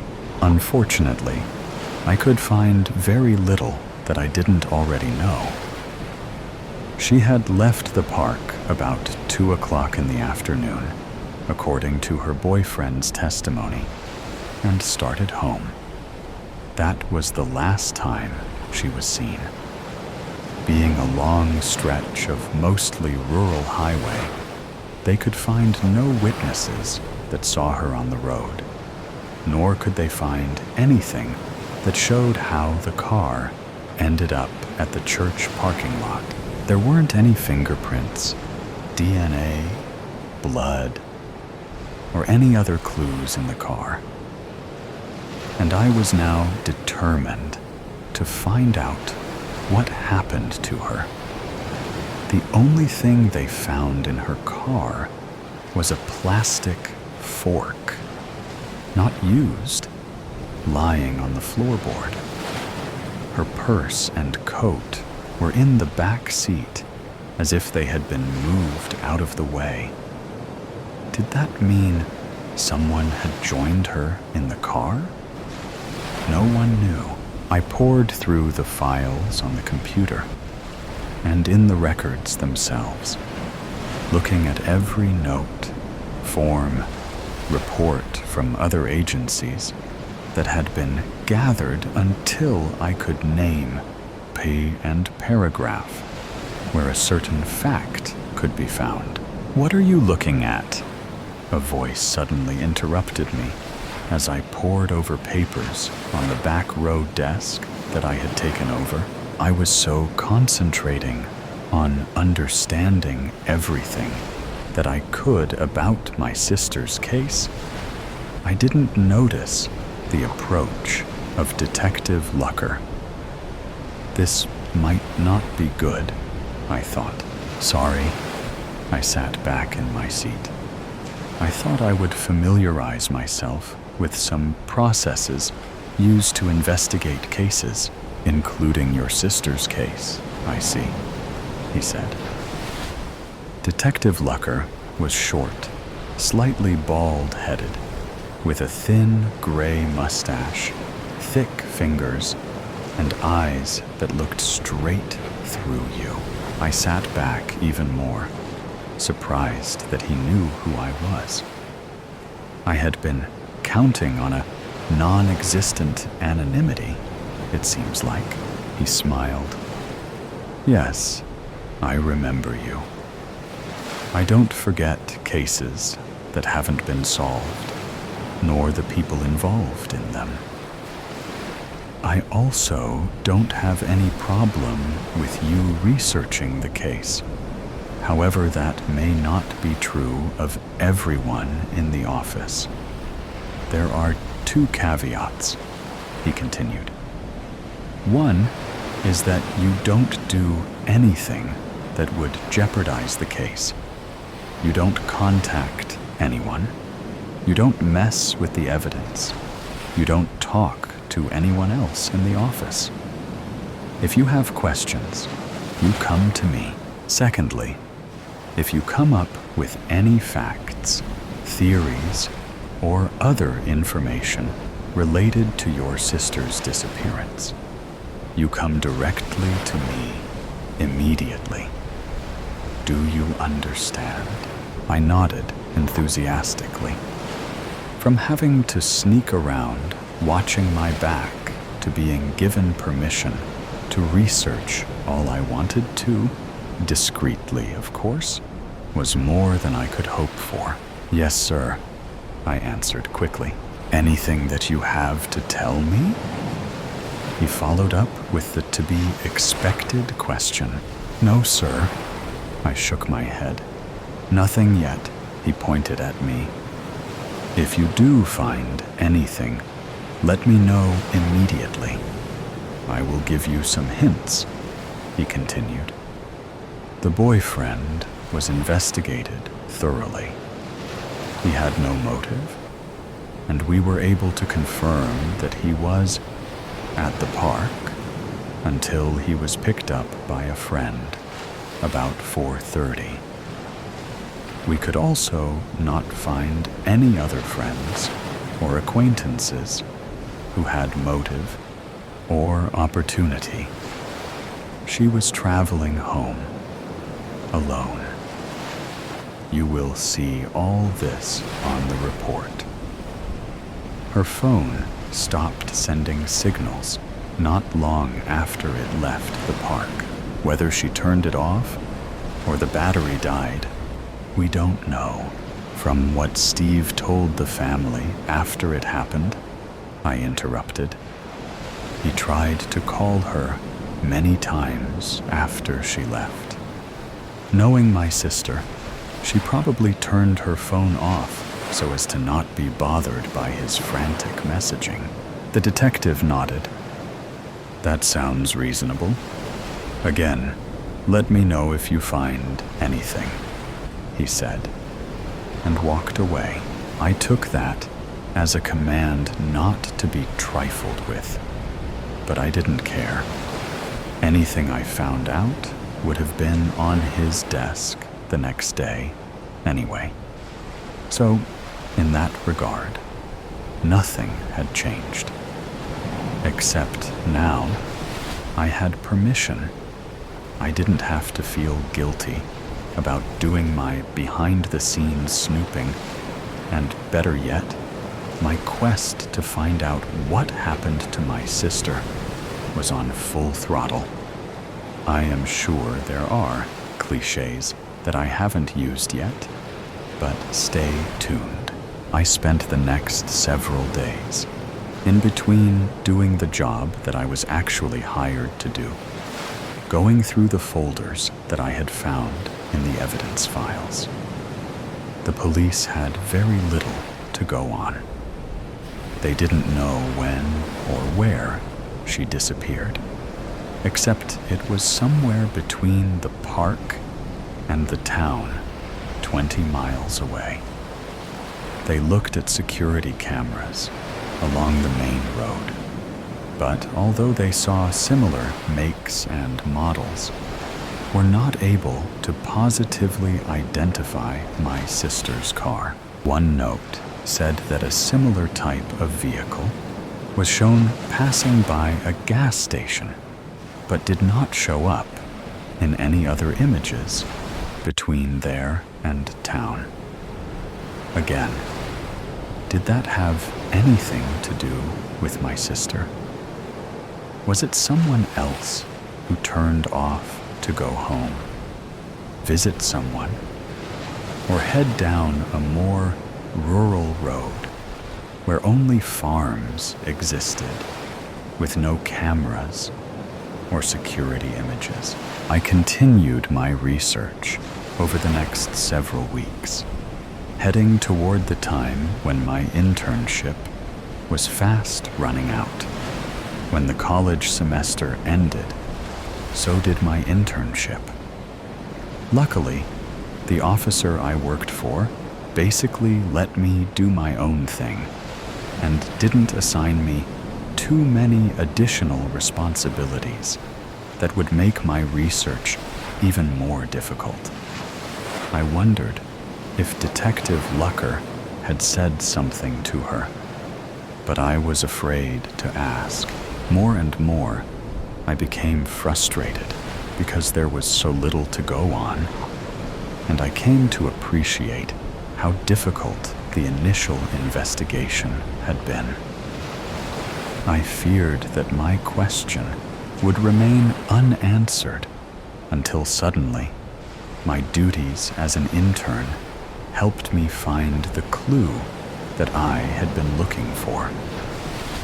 I was cleaning up folders from the conference room to be refiled after a meeting when I happened to look at the heading on one file. Sarah Jane Fuller. Missing person. The tab on the folder. Read. Curious, I closed the conference room door, sat down, and opened it up. There were the usual reports and a picture of the missing girl. Attractive white girl with brown hair and a thin, pointed chin. Her eyes seemed to stare at me. I quickly placed it on the table and read the basic details. She had disappeared the year after my sister and was driving from eastern Tennessee through Mississippi, heading to New Orleans. Although there were interstate highways that provided fast and safe passages, for some reason, she was driving along the Mississippi River, taking back roads and rural highways. Her family said that she loved the river and visited it as often as she could, no matter what state she was in. So there was a possibility that she had driven that way for the scenery. Her phone had stopped pinging on Highway 17, just east of Rosewood, a town not far from the river. To me, the interesting part was that my sister Julianne would have taken the same route, at least part of the way. Like my sister, her car was later found in a deserted parking lot. Again, like my sister, there were no security cameras that picked up any footage of her car, or anything else. Were there any other missing people in the last 5 or so years? I found another candidate, this one an older man. Timothy Mitchell was last seen at a friend's house on Takeoff Ard in June 2022. Takeoff Road ran south and north of Highway 17. This occurred last year, again in the Thanksgiving or Christmas time frame. Another coincidence? His truck had never been found. I kept looking, but found no other missing persons in that geographic area, at least in the last 5 years. But why that area? It was probably as simple as the perpetrator lived close, but was there more to it? I researched every chance I got. When I wasn't doing my day job, or going to school, or anything else I was legitimately supposed to be doing. The end of my internship was approaching rapidly, and I was fast running out of time. In fact, tomorrow was going to be my last day. I kept looking at the files, searching for anything that might be related. Just as I was fixing to hang it up for the day, the year and perhaps forever, I found the key. I knew now why the location mattered. Would that lead to the person or persons we were looking for? Would that lead me to Julianne? At noon the next day, I was sitting in my car outside of Josephine's Roadhouse, an old-fashioned restaurant located on Highway 17, halfway between the river and Jonesburg, hoping that the person I was waiting for would show up. I gave a big sigh of relief when a familiar car pulled into the parking lot and Detective Lucker stepped out. I had left an invitation on his desk before leaving the night before, since today I would be involved in out-processing, turning in paperwork, filling out forms, etc., and would probably have very little time to see him in person. The invitation was vague, but stressed that it was not a social event and might be very important to an answer that we both wanted. I met him in the parking lot, and we walked into the building. It was as old-fashioned inside as it was outside, with plaid tablecloths, white walls covered with old portraits, plaster statues on tables in each corner, and pictures of customers above each booth. We sat down and started looking at the menu.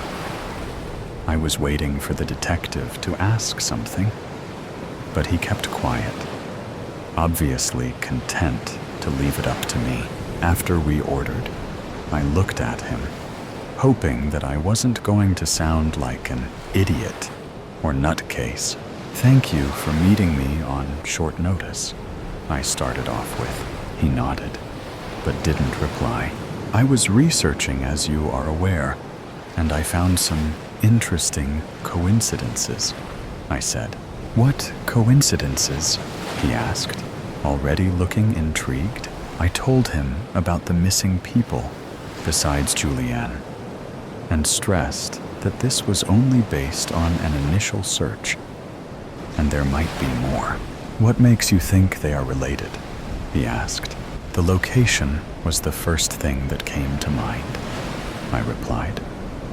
They were all thought to be either on Highway 17 or approaching or leaving the highway. Also, the time of year. All disappearances occurred in the November or December time frame.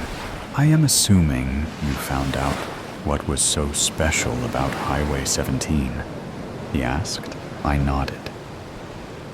"I believe I did. That is why I asked you to meet me here today," I said, taking a deep breath.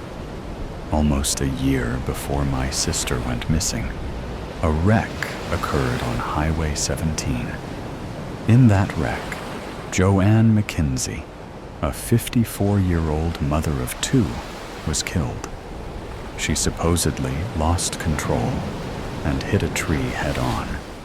The car was old, and the airbag failed to deploy. "Supposedly?"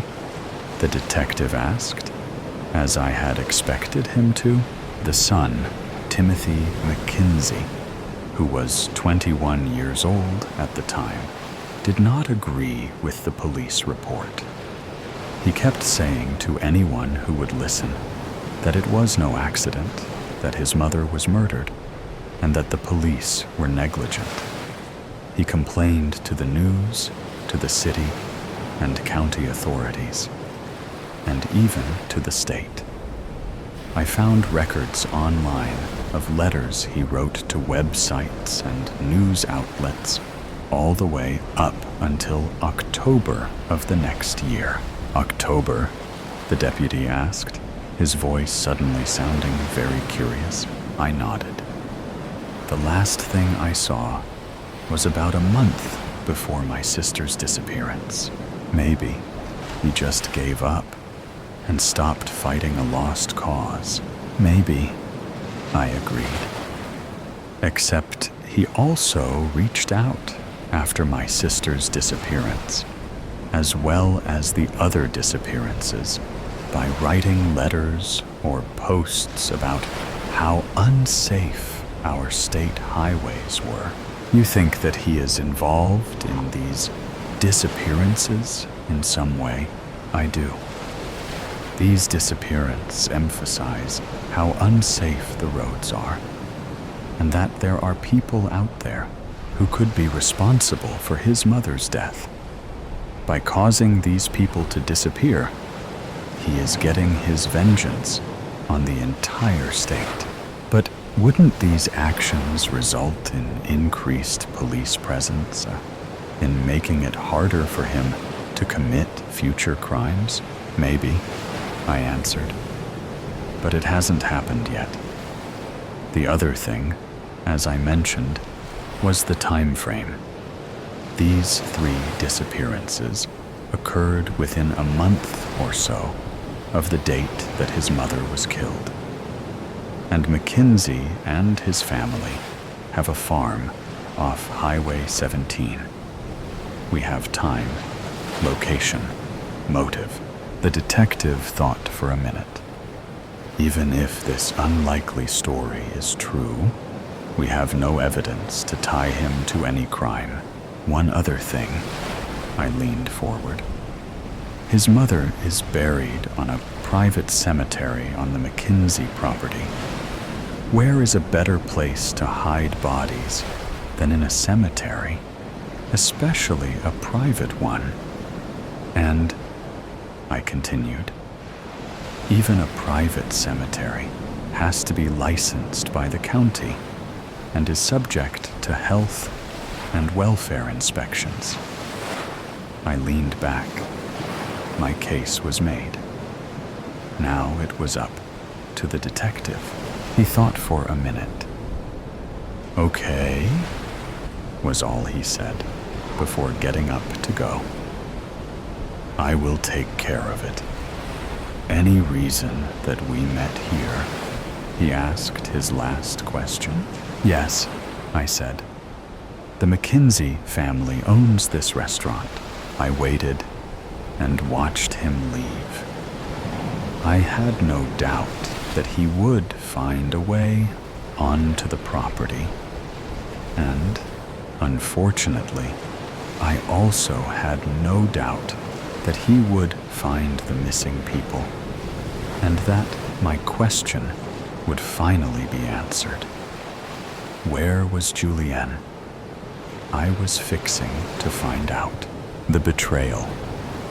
The door to the kitchen flew open and hit the side of the refrigerator with a loud thud. Cold air rushed in. "You rotten bitch. I trusted you." Brock McCarthy stood in the doorway with his shoulders squared and fists clenched. "How could you do that to me?" His nostrils flared as he shook his head. Stunned, Clara Simmons gasped when she heard the commotion. After she regained her composure, she bristled at the hateful accusation. She placed the half-empty dinner plate she was holding in the sink. Staring into his brown eyes, she asked, "What the hell are you talking about?" After 2 years of living together, she knew Brock's temper. But this deranged outburst was worse than usual. "You know damn well what I'm talking about. My secret. I told you never to tell anyone about that shit. I didn't say anything to anybody." Her words were unhurried but emphatic. "You had to tell somebody something. When I went to the back door after work, all the guys started busting my balls, dropping hints, talking shit like they knew things. All of them acted like they knew something. And you're the only one I talked to about that shit." Brock unzipped his black leather jacket and draped it on the back of a kitchen chair. "Why did you do it? You're nuts. Or you're drunk. I didn't say anything." They glared at each other as a chilling silence gradually filled the room. "Hell, I'm not even close to being drunk. I had to leave the bar before I could finish my pitcher." It was impossible to tell what Brock was more agitated about, leaving cold beer or defending himself against the swirling speculations about his hidden, checkered past. "Did you bother to ask how your drinking buddies heard about your precious secret?" Her voice was soft, as if asking a child if they had finished their homework. "I didn't have to. Damn it. You are the only one who knows." With unhurried steps, Clara walked around the kitchen table, pulling on the back of the chair. The faint scraping of the wooden legs against the linoleum broke the quiet, like fingernails on a chalkboard. She took a seat and cast her gaze towards her angry boyfriend. That's not exactly true. She paused as their eyes momentarily locked. Is it? The tone of her now controlled voice was made bitter by a toxic mix of scorn and controlled rage. Those women know. After a long pause to emphasize her point, she said, "Trust me, they really know." Like air escaping from a balloon, Brock's body went limp. Without making a sound, he fell into the chair across from her, searching her face for a clue about her intentions. Look, you chose to tell me about your twisted secret. It was your choice. Clara's voice was cold. And I haven't told a soul since. But now I'm wondering what else you might be hiding. Wait, that's not fair. Fair? Fair? You have the balls to mention fair to me? That's laughable. You bust in here and accuse me of betraying you without a shred of evidence. I've always told you everything. Brock reached up and scratched the scruffy hair on his face. I didn't have to tell you about the women and what happened. But I did. And now you expect me to carry the same guilt? Clara adjusted her glasses. No, of course not. It's not guilt, exactly. Not really. It's more like, I don't know how to explain it. They sat listening to the faint sound of the small clock on the oven, ticking away the minutes, like the shattered pieces of their failing relationship.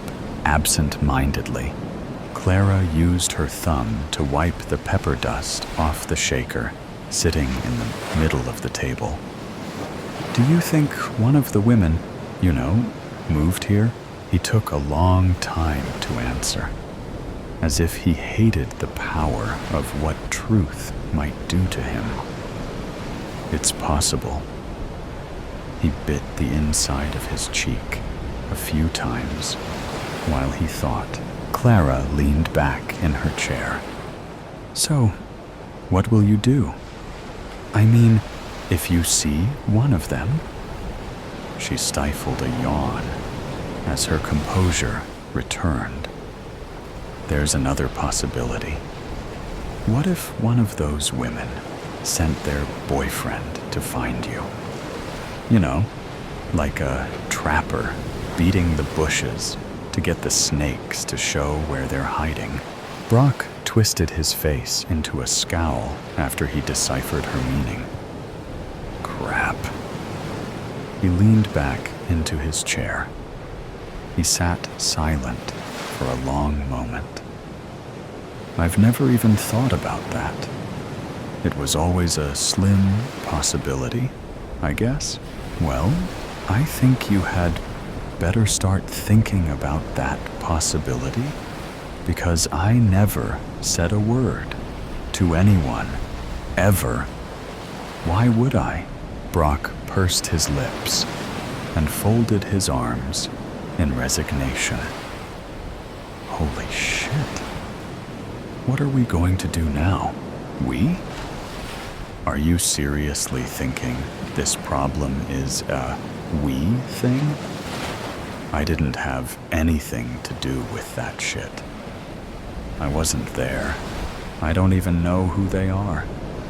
This is your ugly history, not mine.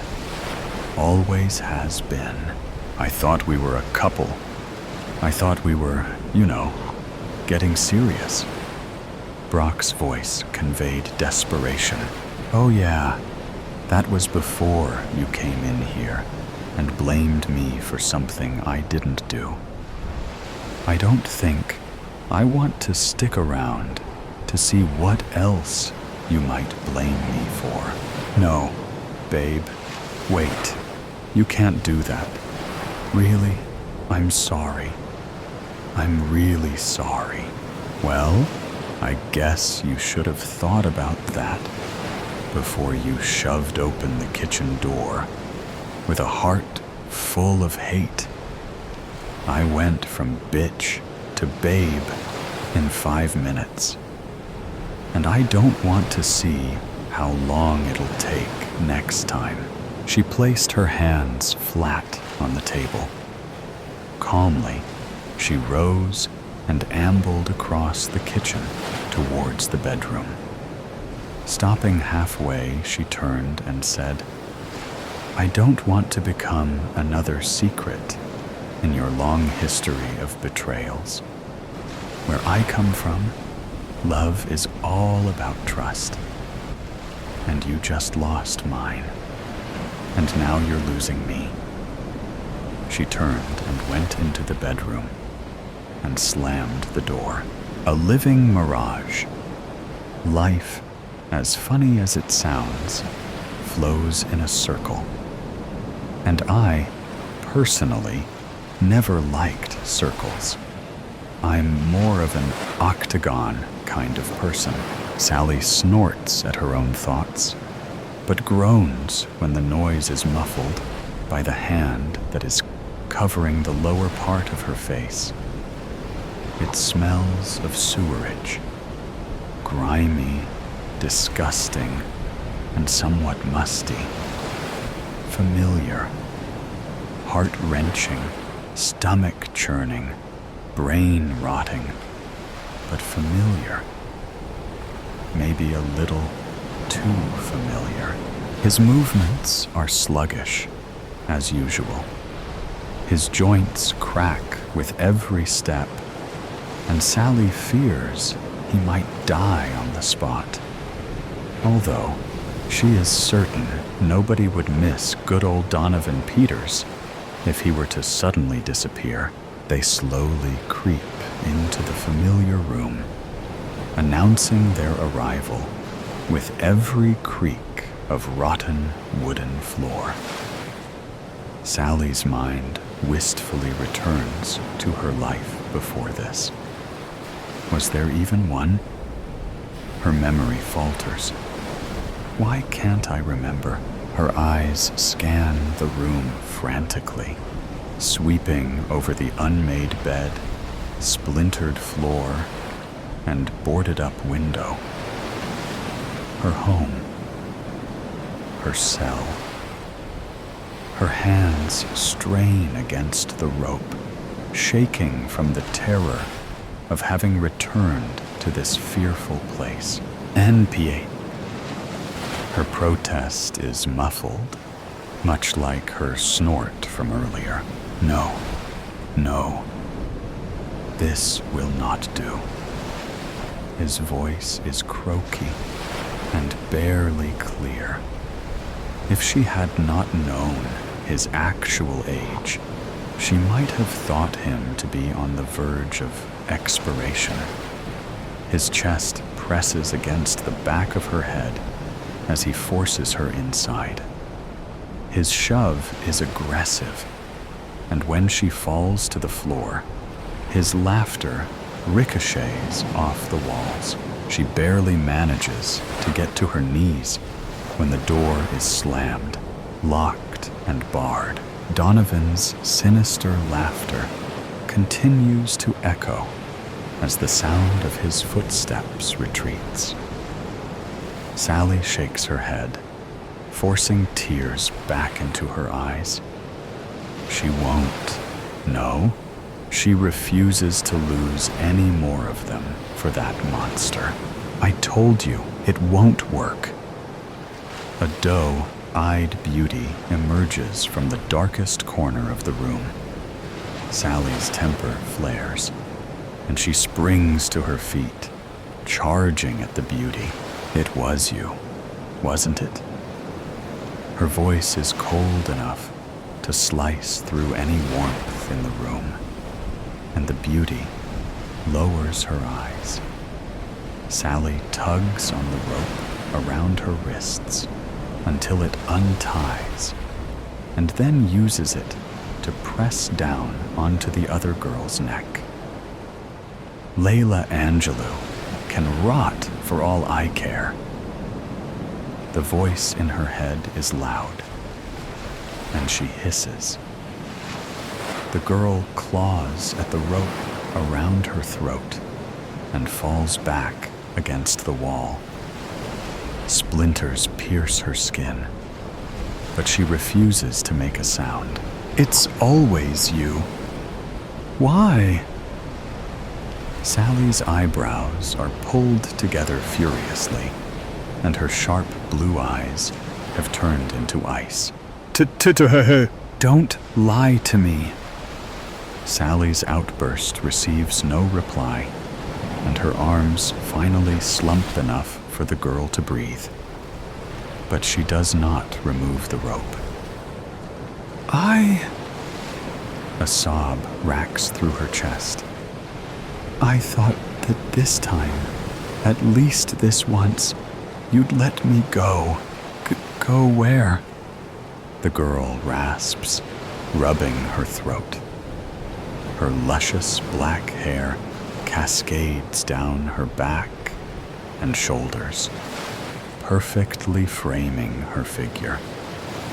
Her green eyes hold a certain complicated depth, and her plump pink lips are pulled into a miserable pout. Sally pulls away completely. Somewhere, nowhere, anywhere but here. She turns her back on the girl and throws the rope aside, massaging her bruised wrists. We can make this work, Sally. I promise. If you just try, you'll see. Please, why can't you just stay with me? Sally ignores her. This is a conversation they've had before, a fruitless one. Once she's soothed the sting on her wrists, she turns around to face the girl again. Her eyes trail down to her throat, and her stomach churns at the fresh burn marks. She knew her throat was already sensitive. She can admit when she was out of line. I'm sorry, Layla. Her head nods in the direction of the girl's neck, but the girl waves it away quickly. Not a problem at all. Happens to us all.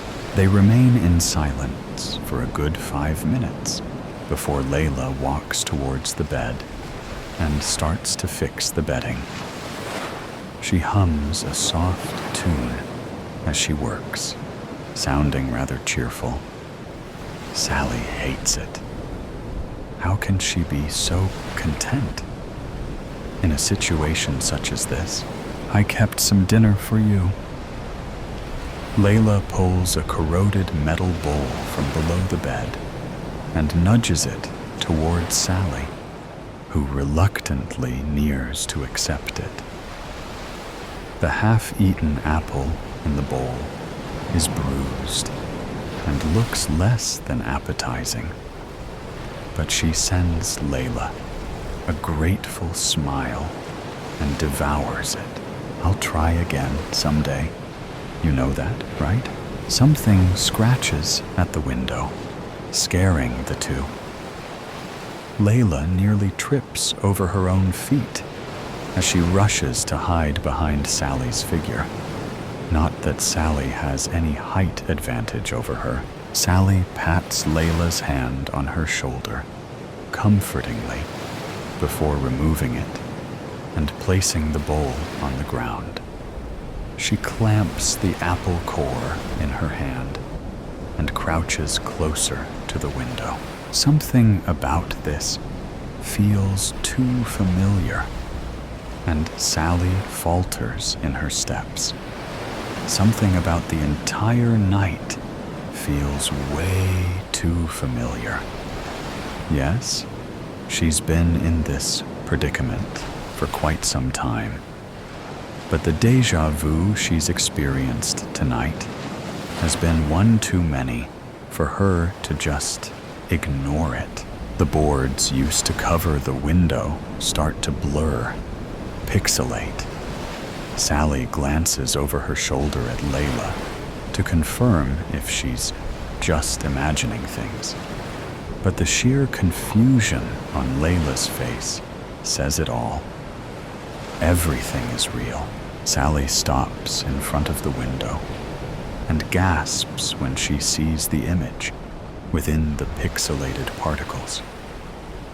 A scene, much like the one she's just experienced with Donovan, is mirrored in front of her. A mirage? That's not possible. She reaches forward, holding her breath as her fingertips breach the surface of the image before her. Sally turns around to face Layla, but her breathing stops completely when Layla's figure has disappeared. Her eyes scan the room frantically, but all evidence of Layla having been there has disappeared. Layla? She tries to call, but her voice gets stuck in her throat.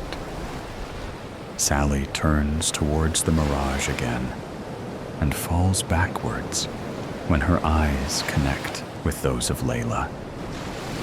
Only this time, Layla's eyes are a forest green, with a small red fire burning inside her pupils. Pain creeps through her body as her back makes contact with the floor. Layla opens her mouth, and what comes out is a cruel cackle. Inside the mirage, Sally can see another version of herself being shoved into the room and then having a fight with Layla. But the difference is that there are two versions of Layla.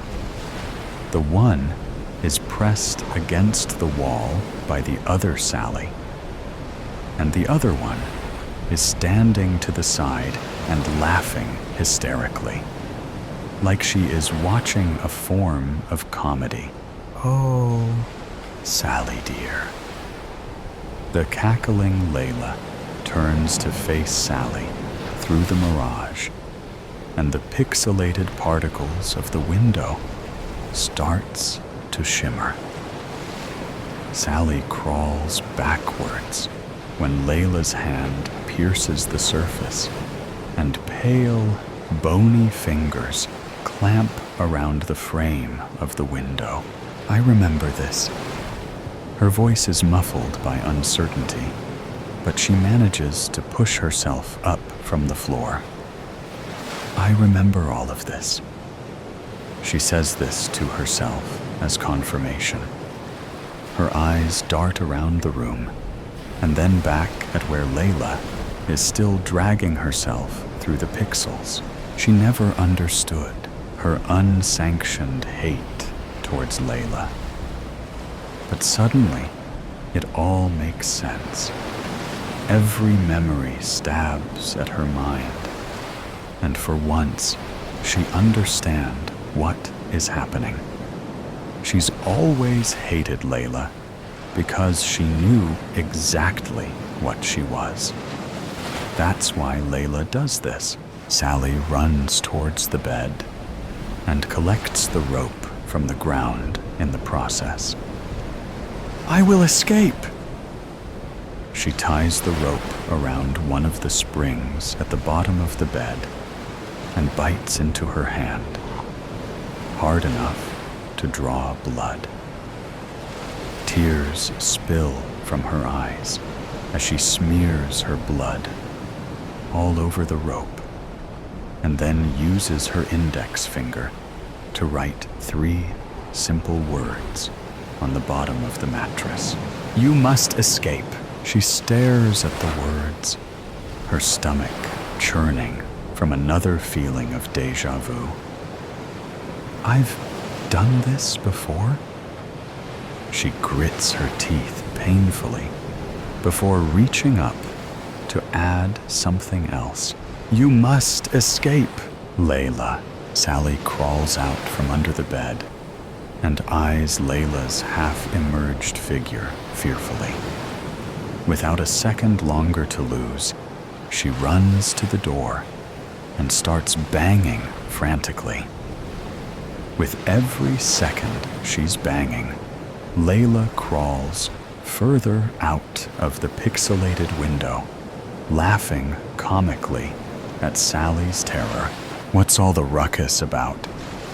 Donovan barges into the room, but Sally ducks underneath his arms and runs with her every fiber to reach the front door. The stairs complain under her weight as she trips down them, but she doesn't stop. "Oh, Sally." Layla's voice sing-songs from behind her, and she shudders. Sally bumps against torn furniture and leaps over newspapers strewn all over the floor, but her eyes stay focused on the black, bolted front door. Her hands shake as she jiggles the locks around, but they refuse to budge. "Come on, Sally. I just want to play." "That's right. We just want to play." Donovan's voice has turned more laryngeal, and Sally's skin crawls. "Please, no." She ruffles the old newspapers on the table beside the door, searching for the keys. But her movement stills when she notices an odd peculiarity in all of the newspapers. Although they are of different dates and already discolored, they have one thing in common: a picture of her. Although they have been edited and computer-generated to show her at different ages, they are all her. Her head spins, and bile pushes up her throat. Sally backs away from the table until her back bumps against a kitchen counter. A voice inside of her yells at her to run, but her feet stay plastered to the ground. Layla's comical laughter has turned into sinister screams, and Sally can finally hear Donovan's heavy footfalls approaching the staircase. She shakes her head to clear her thoughts and almost releases a sigh of relief when she notices a pair of rusty keys peeking out from below a chipped teacup.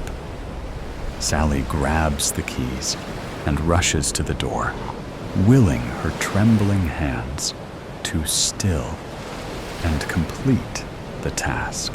One lock clicks open, then another, and finally, the last one. Sally nearly sags to the floor in relief, but manages to keep herself poised enough to pull the door open. She runs out of the door, down the 2 stone steps, and onto the asphalt ground. She manages to run all the way to a broken-down truck when Donovan's voice booms in the form of a roar. She ducks behind the truck and presses her back securely against it. Her chest rises and falls erratically, and she makes sure to slow her breathing as to not make a sound. She lowers herself to the ground and pulls her knees to her chest, begging for a door of any of the surrounding houses to open and for someone to come to her rescue, but no one does. Ever. The silence that follows Donovan's roar is deafening. Layla has also stopped cackling, and not even birds can be heard.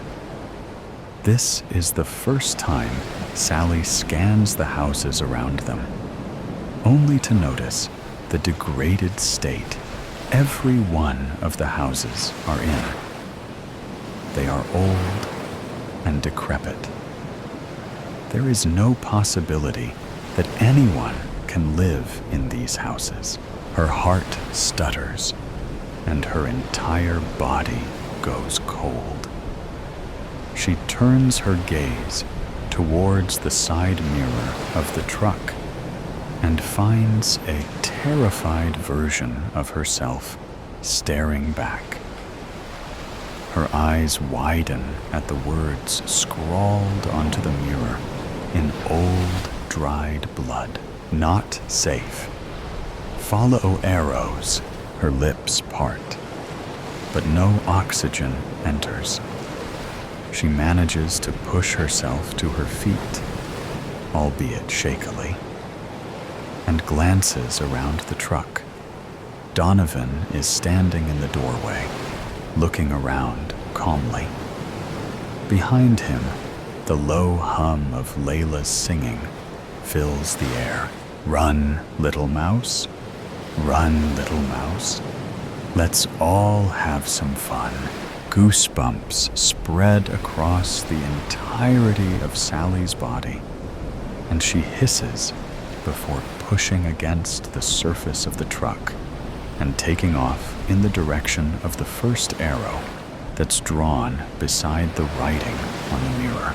Layla's laughter fills the air, but Sally ignores her as she pushes her legs and pumps her arms harder, harder. Her eyes scan the surrounding area as she runs, looking for any sign of an arrow. The arrows lead her all the way to an abandoned parking lot of a large business. Her eyes fleet around frantically, but she sees no more arrows. With Layla's humming from behind as her motivation, she runs into the building and ducks below the entrance gates. But when she stops in front of the doors of the elevator, her entire body freezes. From the surface of the elevator door, albeit blurry due to the deterioration, she can see two glowing orbs smiling back at her. Those orbs are illuminated by a red fire burning from the middle of the black pupils.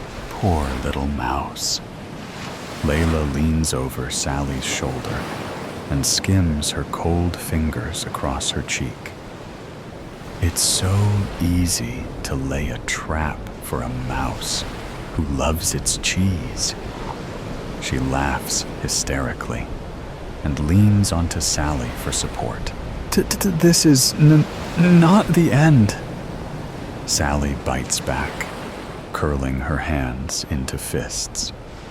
Layla stares at her through the reflection of the elevator door before laughing comically.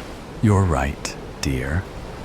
This, she waves her hand around as if showcasing her to an audience, is simply the beginning.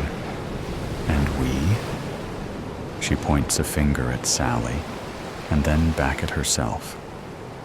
We are going to have a lot more fun together. Sally rips herself away from Layla and spins around. But Layla tuts, snaps her fingers, and then slaps her palm against Sally's forehead in one swift movement. There's no rush, dear.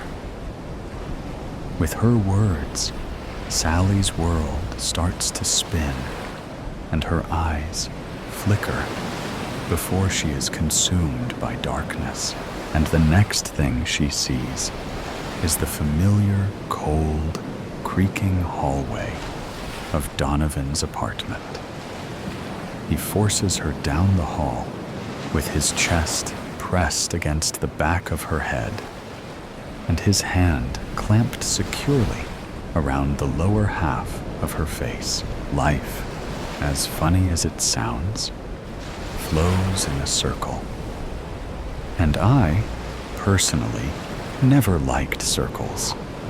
I'm more of an octagon kind of person. Sally snorts at her own thoughts, but groans when the noise is muffled by the hand that is covering the lower part of her face. It smells of sewerage, grimy, disgusting, and somewhat musty. Familiar, heart-wrenching, stomach-churning, brain-rotting, but familiar. But for the first time, it seems just a little too familiar. Soap, do not touch me. Calm down. Let me take that from you.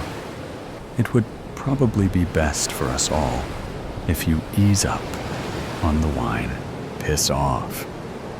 It does not matter anymore if anyone sees, right? You ought to be grateful too, Darren. Cheers. Keep your voice down. Please, stay seated. Stop. That two-faced best... Oh, sorry, you surprised me, little one. Sissy, are you leaving already? Well... Come now. Do not fret. I shall be back soon. Oh, all right then. What is that you have there in your hand? A bar of soap. Do you work here? No?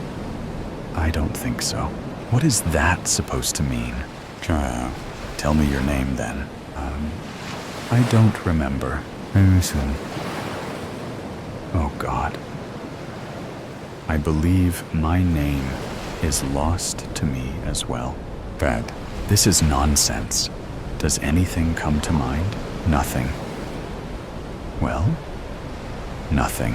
Are you sure? I guess. Just a feeling of pain in my ribs. A blackout type of pain. And then I found myself here, standing in front of this store. That is not very promising. Have you tried using the telephone at the till? Yes. The dial tone goes on forever. And all these random items in the aisles? Nothing good? I looked. But this bar of soap is all you managed to find? Tess, I apologize. I might be starting to lose it a bit. Quite a bit, to be fair. It's fine. Let's just... I think we should try to piece together what we know, what we can try to find out. Okay? If you say so. All right. What do you remember about how you got here? I only remember feeling weightless. I could not feel my legs. I could not breathe and... Well, it was awful. And you also found yourself outside the store's entrance afterwards? Indeed. That's interesting. I'll tell you what happened before you got here. But you're going to have to keep an open mind to believe me. Sounds fine. It's about the soap. If you do not drop that wretched soap, let me finish. And so, before you got here, I was going through all the aisles, right? When I walked through this one, something, I can't place what it was, drew me to touch the bar. When I did, everything around me kind of morphed into another place. Oh, please, do not make light of this. No, it really happened. It was like entering a memory, and I was someone else at some sort of dinner party. When I came back from it, you walked inside. It cannot be. Why are we here? I do not understand. Anne, I think we're dead. And this store holds dead people's things. And get up. Get up now. Do not roll your eyes at me, you little. You just get dressed now. I laid your clothes on the dresser. Stop wasting time. We are to leave in 15. Mother, I cannot wear this. The lacing almost suffocated me just the other week. Skip dinner. I do not care. Your wardrobe consists of absolutely nothing but whoring attire. When did you buy all this rubbish? I forbid you to place it back. Come back here. You are not leaving with those ridiculous clothes on. They are practically undergarments. Just leave me be. Are you trying to embarrass me? Your father? What will the English families think of us? They already mock us. Em, open this door at once, or I shall reveal your habit of drink to the entire club. Do not presume I am not willing to see you completely ruined. And go ahead, have at it then. Oh, is that so? Shall I also call Lolly here? Let us see what she has picked up from you, what she needs to rid herself of. No, just stop. I am coming out. Good. Now, strip, and hand those over. It seems I need to inform Maid Sadia that your room is to be properly cleaned out. Worry not, Mother. You will not see it again. That is for sure. It's you. What? I'm seeing your life. How do you know? I saw you in a mirror. And this whole time that life has been mine then, I had a small suspicion that it would be one of us. But each memory trip was so quick and scattered in time, I could never piece them together. Also, there's something else I found out. I've told you before that I can't hear anything in the memories. I believe so. Only thoughts with an indistinct inner voice? Yeah, but with the thoughts, I can technically hear other people in the memories. Maybe because of how our minds process words. Yes, and the woman who you called Mother. She said your name, my mother. So, what am I called then? Hera? It fits you. Why is that? I don't know. I just like that name, I guess. Oh? And do you like anything else about me? A lot of things. Good answer. Shall we try that aisle over there today? Maybe we will finally find an item for me to explore. Okay. But you're not curious about why I'm seeing your life in particular. I am. Though something tells me I do not want to know why. Why she is bleeding too much. You have already started. Might as well finish up. No need to do this. Hold her. Oh gods. No, stay back. Idiot. Keep her quiet. No one can know about this. When you are done, place this in her hand. Why? Symbolism, boy. There is to be a mad killer on the loose, cleansing sin in the ton. I cannot believe you touched it again. I didn't. I swear. It sounds stupid, but the soap literally flew into my hand when I wasn't looking. Trot, Hera, please say something. Did you see everything this time? How it ends? Yes? Fantastic. Do you want to know? No. But I know I ought to. Figure it is time to learn why that damned bar of soap is essential to my past life. I think you should too. What if this is it? I would not want to leave you.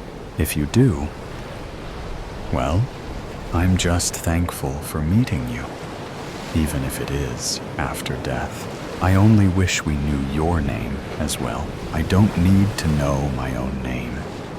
I know yours, and it's enough, like a thief in the night. I'm here. The key is under the welcome mat. The alarm is off, and Reuben is at the kennel. Should be no issue getting inside. Neighbors? Out of town. What time does John arrive home? He's working late, then going to the gym. You have time. For your sake, you best be right. I'm not looking to go back in the pen for some petty crime bullshit. Just get the file off the computer. Easy, easy. Then why haven't you done it yourself? You know why? Yeah, we know. Are you in yet? Yes. The office is down the hall and to the left. Don't turn on the lights. I'm not a fucking amateur. Shit. What is it? What happened? Nothing. Just some asshole left boots lying in the middle of the hallway. John isn't the best housekeeper. Really, you don't? He keeps his other laptop in the third drawer. Got a problem. What? It's locked. Got a key? No, but he's not that creative. Look around the desk. It's gotta be around somewhere. Gum wrappers, crumpled Post-its, pile of receipts. This guy is a hoarder. I know, but he's the only way in. Yeah, so you've said. Listen, the boss doesn't take kindly to liars. No lies. This is legit. Your funeral. You're a funny guy. You know that? Now shut up and find the key. I said you had time, but let's not chance it. Seems to me I'm taking all the chances. Once you find what we need, I'll give credit where credit is due. Think I found something? Is it the key? Does it work? Got it. But we have another problem. What problem? Just open the laptop and find the file listed as hobby. There is no laptop. Drawer is empty. Shit. He must have it. Why on earth would he take that shit to work with him? Think he's on to you? Nah, I'm the least of his worries. Better think of another way. Boss isn't a patient guy. I know. Just give me a minute to think. Shit. This was the best way. We don't have a minute. We got company. No, can't be John. He's still at work. Sure about that? Positive? His tracker says he's sitting at his shitty cubicle as we speak. We're good. False alarm. Just some idiot lost and used the driveway to turn around. Fuck, man. You had me worried. Look, here's what you're going to do. First, need you to lock the door, then break a window. I'll arm the alarm. He'll get the call and come home. Wait him out. When you seize the opportunity, get the laptop. I could just kill him. No, you can't just kill him. What are you talking about? Just stick to the plan. Hide, Get the laptop, find the file, and get out. Never good at hiding, but I'll see what I can do. The door is locked, ready for the broken window. Say when. When? Hell. What happened? Cut my fucking hand. You wearing gloves? Can't just be leaving blood all over the place. That's how people get caught, asshole. I'm not an amateur. Of course, I have gloves on. Been doing this longer than you've been alive, you snot-nosed yuppie. Just keep your trap shut. Shit, the alarm didn't go off? What a damn surprise. Another problem. Just a sec. I need to shut off the power and reset it. Stop fucking telling me and just do it. All right, get ready to cover your ears.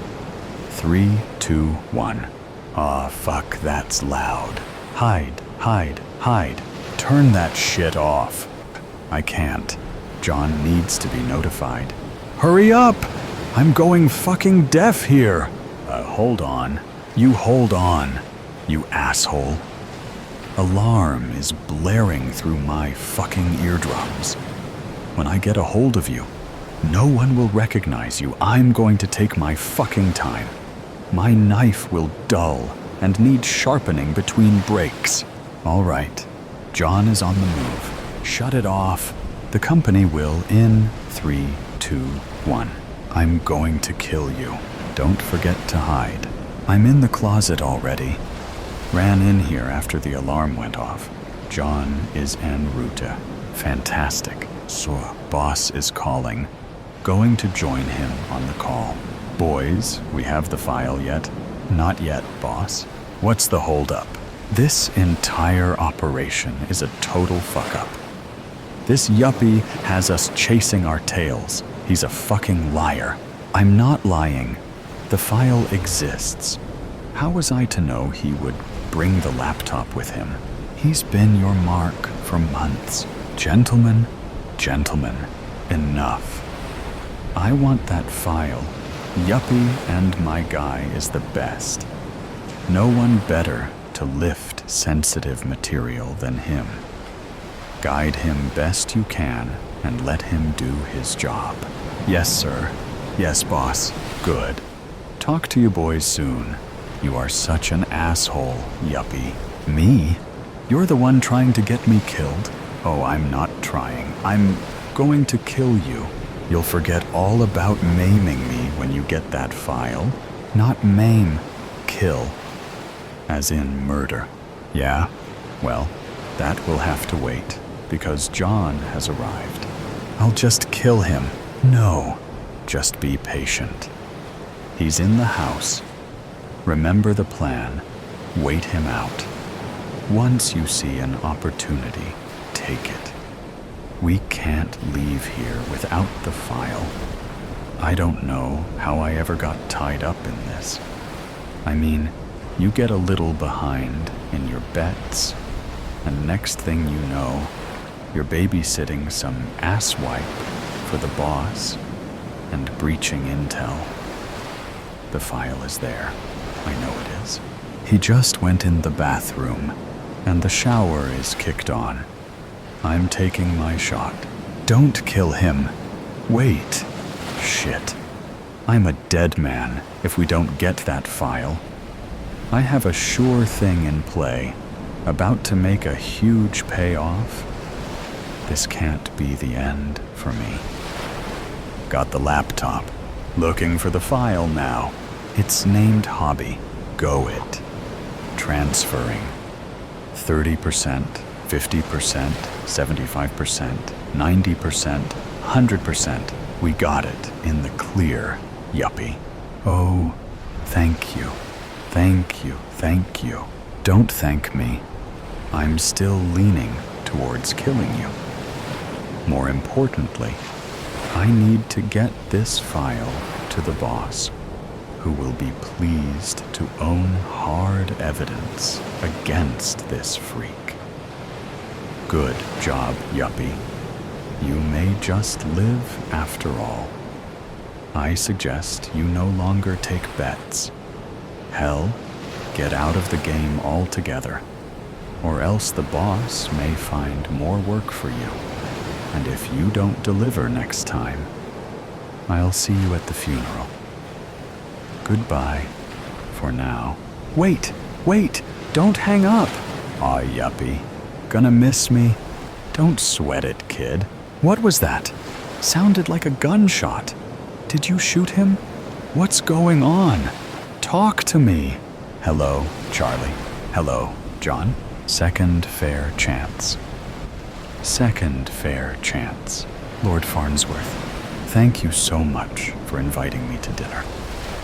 I want to apologize for anything I did to create tension between us and let you know how grateful I am to have this second chance to make a better impression.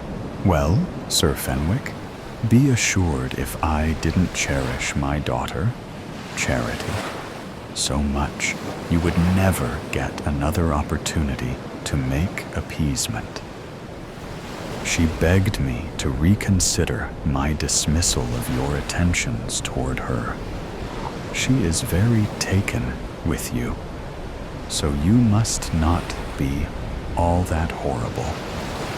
Maybe a little misguided when it comes to how you treat a lady of high standing, such as my beautiful daughter. I found you in a compromising position in the garden at that soiree. Still, she'll be joining us after our before-dinner sherry. I remember you made quite a showing at our fox hunt outing.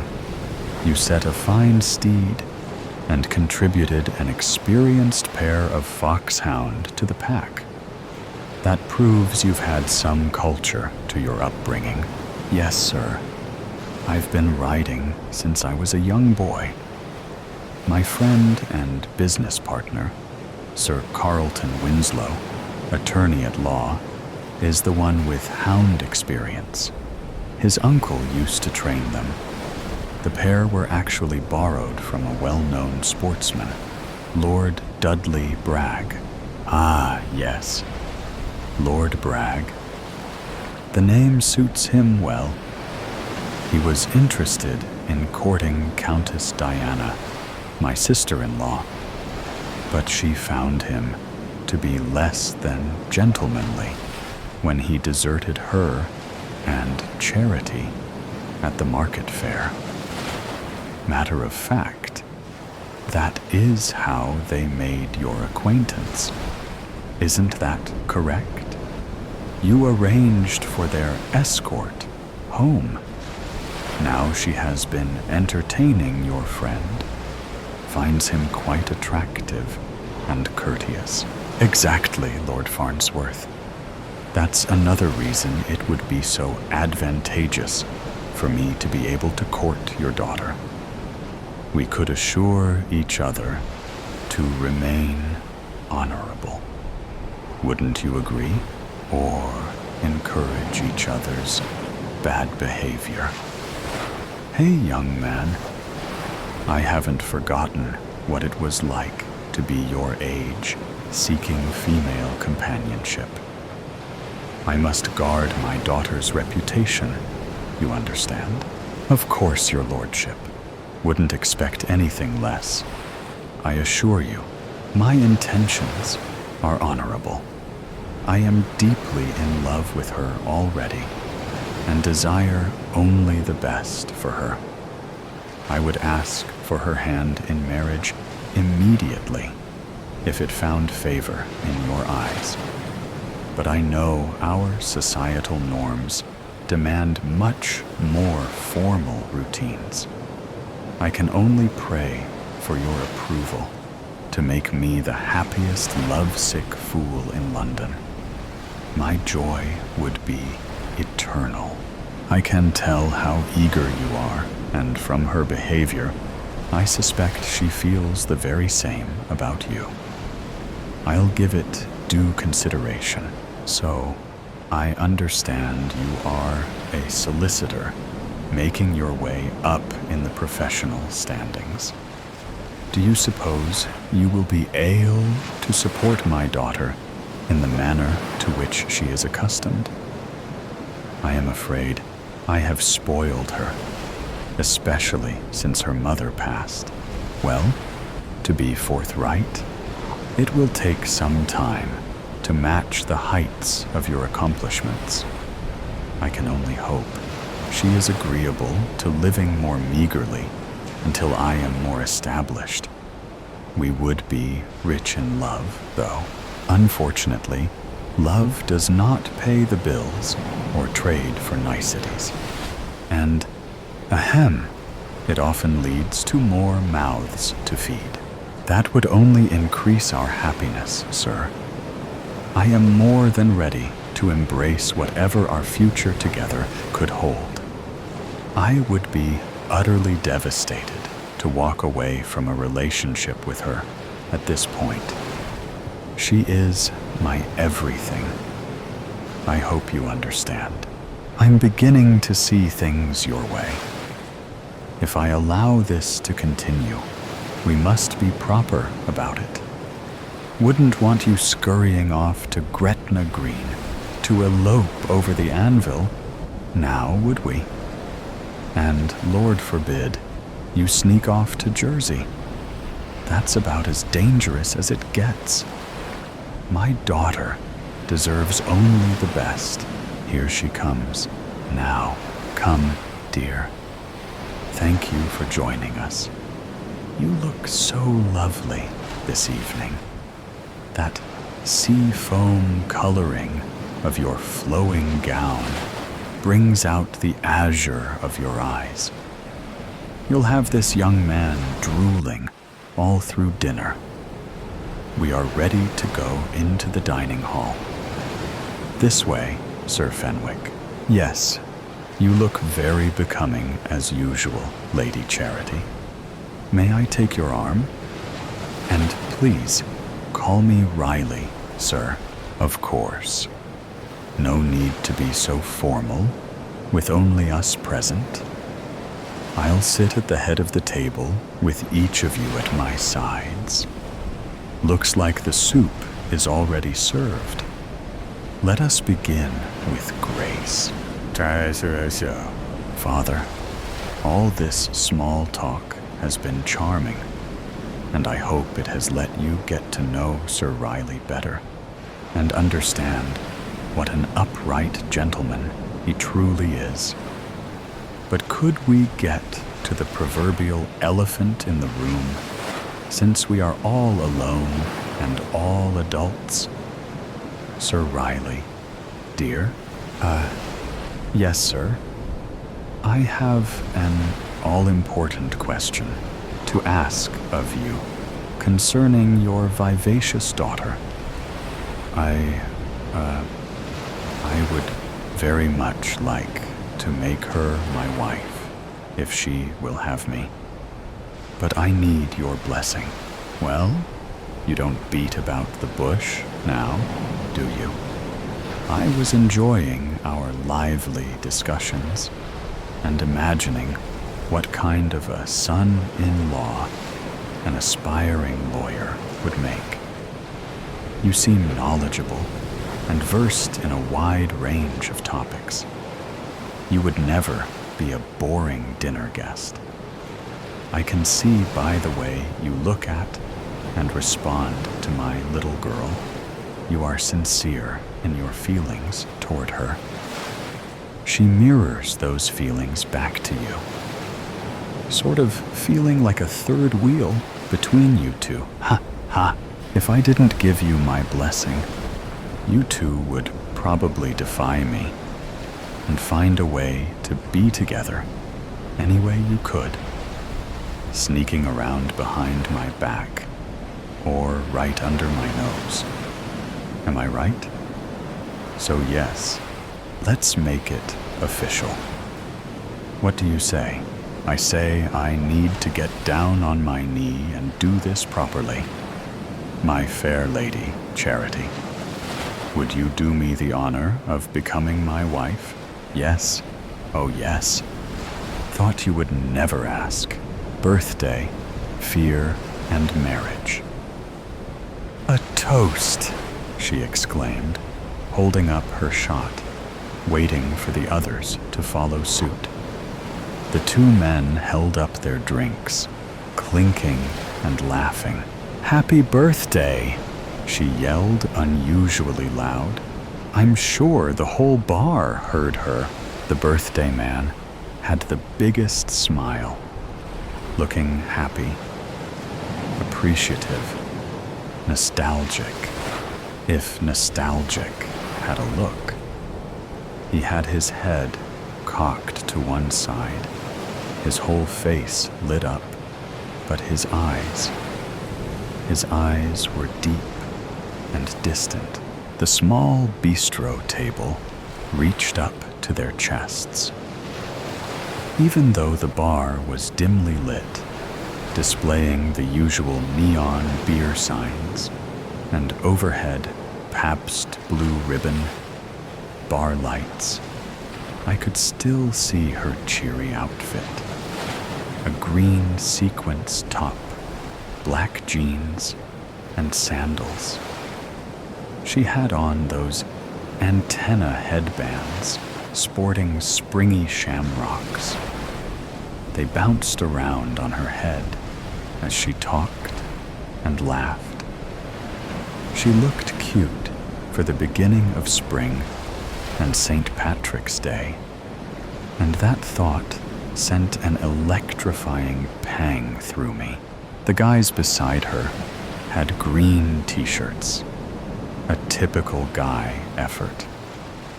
The rest of the bar was a steady buzz of clinking, laughter, and the occasional loud outburst of people becoming intoxicated. "I'll be right back," said the girl's voice enthusiastically as she hopped down from her seat and headed towards the ladies' room. Her blouse reflected the lighting, and she appeared to glide away, her long, dark hair trailing behind. The guys chopped it up, patting each other on the back and carrying on like teens. Brothers? Or father and son? I couldn't recall, but they looked slightly alike.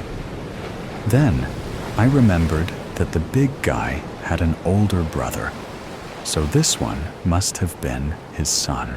"I got another round," the girl in green declares excitedly.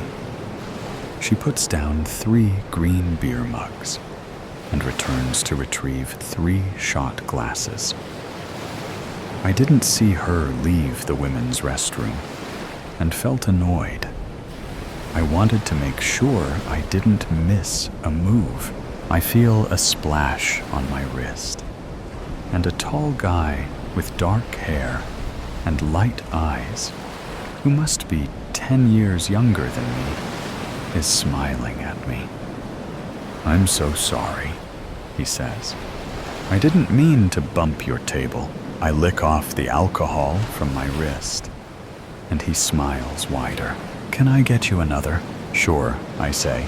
"A kamikaze, please." He leaves and returns with drinks for both of us.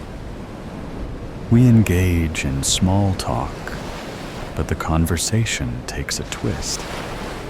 It starts to get deep, past relationships and family. And finally, he asks, "Are you single?" "I am," I say.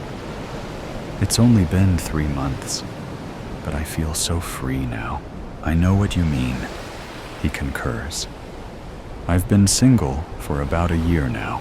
Just then, the DJ blasts the perfect dance song, and we look at each other and get up to dance.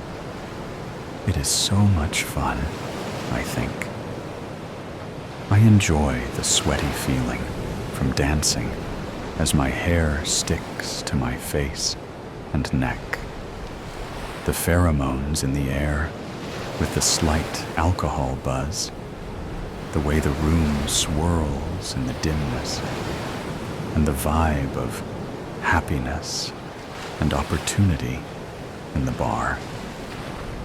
My body feels like it is moving exactly how I want it to. I feel sexy and elated. After a 25-minute set, we make our way back to the table. The girls I came with are in their corners, talking to their catches of the day. I didn't come for any of this, but I was glad it found me. He walks over to the bar to get us another round, and I bite my lip as I see his arms flex and reach into his pocket for his wallet. He's cute, my type, and he can carry a conversation. He's not an idiot, I muse. As he walks back towards me, I avert my eyes, acting like I wasn't watching him. But then I see Shamrock Girl. She is hugging the big guy, and the one I assume is the son comes in for a group hug. They hold on to each other, appearing like a tight-knit unit. She must be the sister, I decide. I've heard that the big guy has a sister. A kiss near my lip. He's back. My flirty side goes in for a small nibble.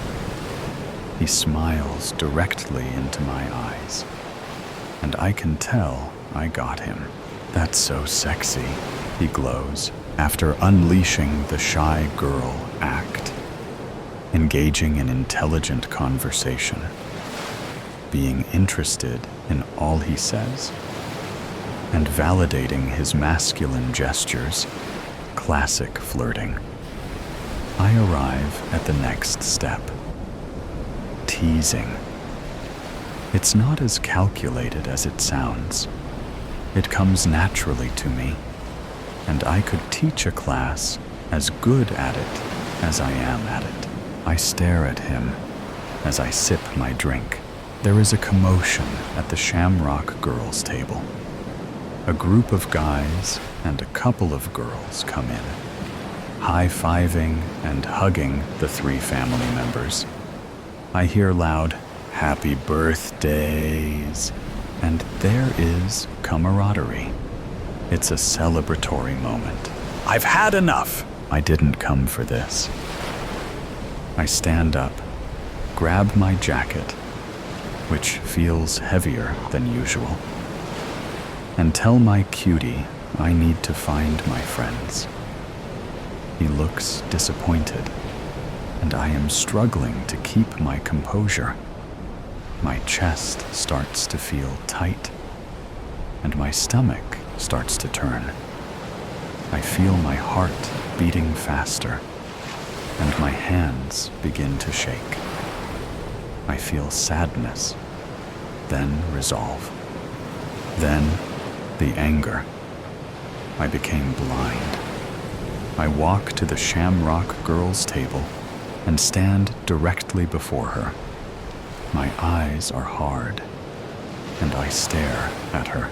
She stops talking, and her face straightens. The big guy, the killer, sucks in his breath. Must be nice, I utter. Must be nice to have a brother to celebrate his birthday with. My voice becomes louder and colder. She doesn't say anything. The surrounding people begin to look towards us. I snatch her hair with exceptional force and yank her face to the table. It is then the rage takes over. I fucking hate you! I scream at her. I hate you, I say to the big guy, attempting to reach for his sister. I pull the small, sharpened, handheld spear I carry and jab it into his hand. He yells and pulls his hand back. It is dawning on her who I am. She thought 25 years ago was long forgotten. The big guy thought it was behind him. He felt he paid his price for killing my brother, his classmate, and his childhood friend. But he didn't. I didn't get to serve my justice. I'm screaming viciously at everyone who is attempting to reach for me. I look like a rat cornered, trying to find a way out. In the corner of my eye, I see my cutie. He doesn't look shocked. He is slightly smiling at me. "Let me do this!" I scream. I raise my other hand with my spear and see myself driving it into her temple as I hold her down with my other hand by her hair. "No, don't," was the only muffled words I heard from her. Screams ensue as I graze her head and stab the table. I plunge over and over on the wooden table beside her head until the adrenaline starts to subside. I realize the music has stopped and the whole bar is watching. The big guy was stunned, but he didn't restrain me. He let me do it as I asked. He's holding his hand. He mouths, "I'm sorry," as the bar begins to fade into black. I feel someone's arms gently touching my shoulders, and my shoulders start to cave in. I slowly release my grip on her hair and let my hand fall onto my jacket. Her face, smeared with tears and sweat, looks at me as she backs away. It's my cutie's arms. He guides me away, enveloping me with his body for protection. He moves me through the crowd. My hand feels the metal of the gun, the one I bought a couple of years after the big guy killed my brother in an attempt to curb my fear of guns. It remained in its case for over 20 years. I was still afraid of them. The topic came up in my deep conversation with the cutie I met. I told him my plan. He must have thought I was joking, but he was keen when it rolled out like the scenario I painted. As he walked me out of the building, I could hear my friends calling after me. I ignored them and got into my cutie's car. He shut my door and held me. Still feeling numb, we drove to the city. Halfway there, we started opening up again, talking like we had known each other for years. Nothing ever came of that night. Not one thing.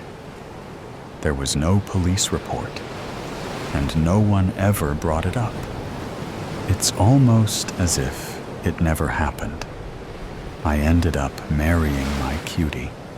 He is my soulmate, and I felt complete. A few years later, the feeling came again. I felt the stirring. I began formulating another way to get her. I'd send in my cousin to seduce her, make her fall in love, then break her heart. She needs a broken heart like mine.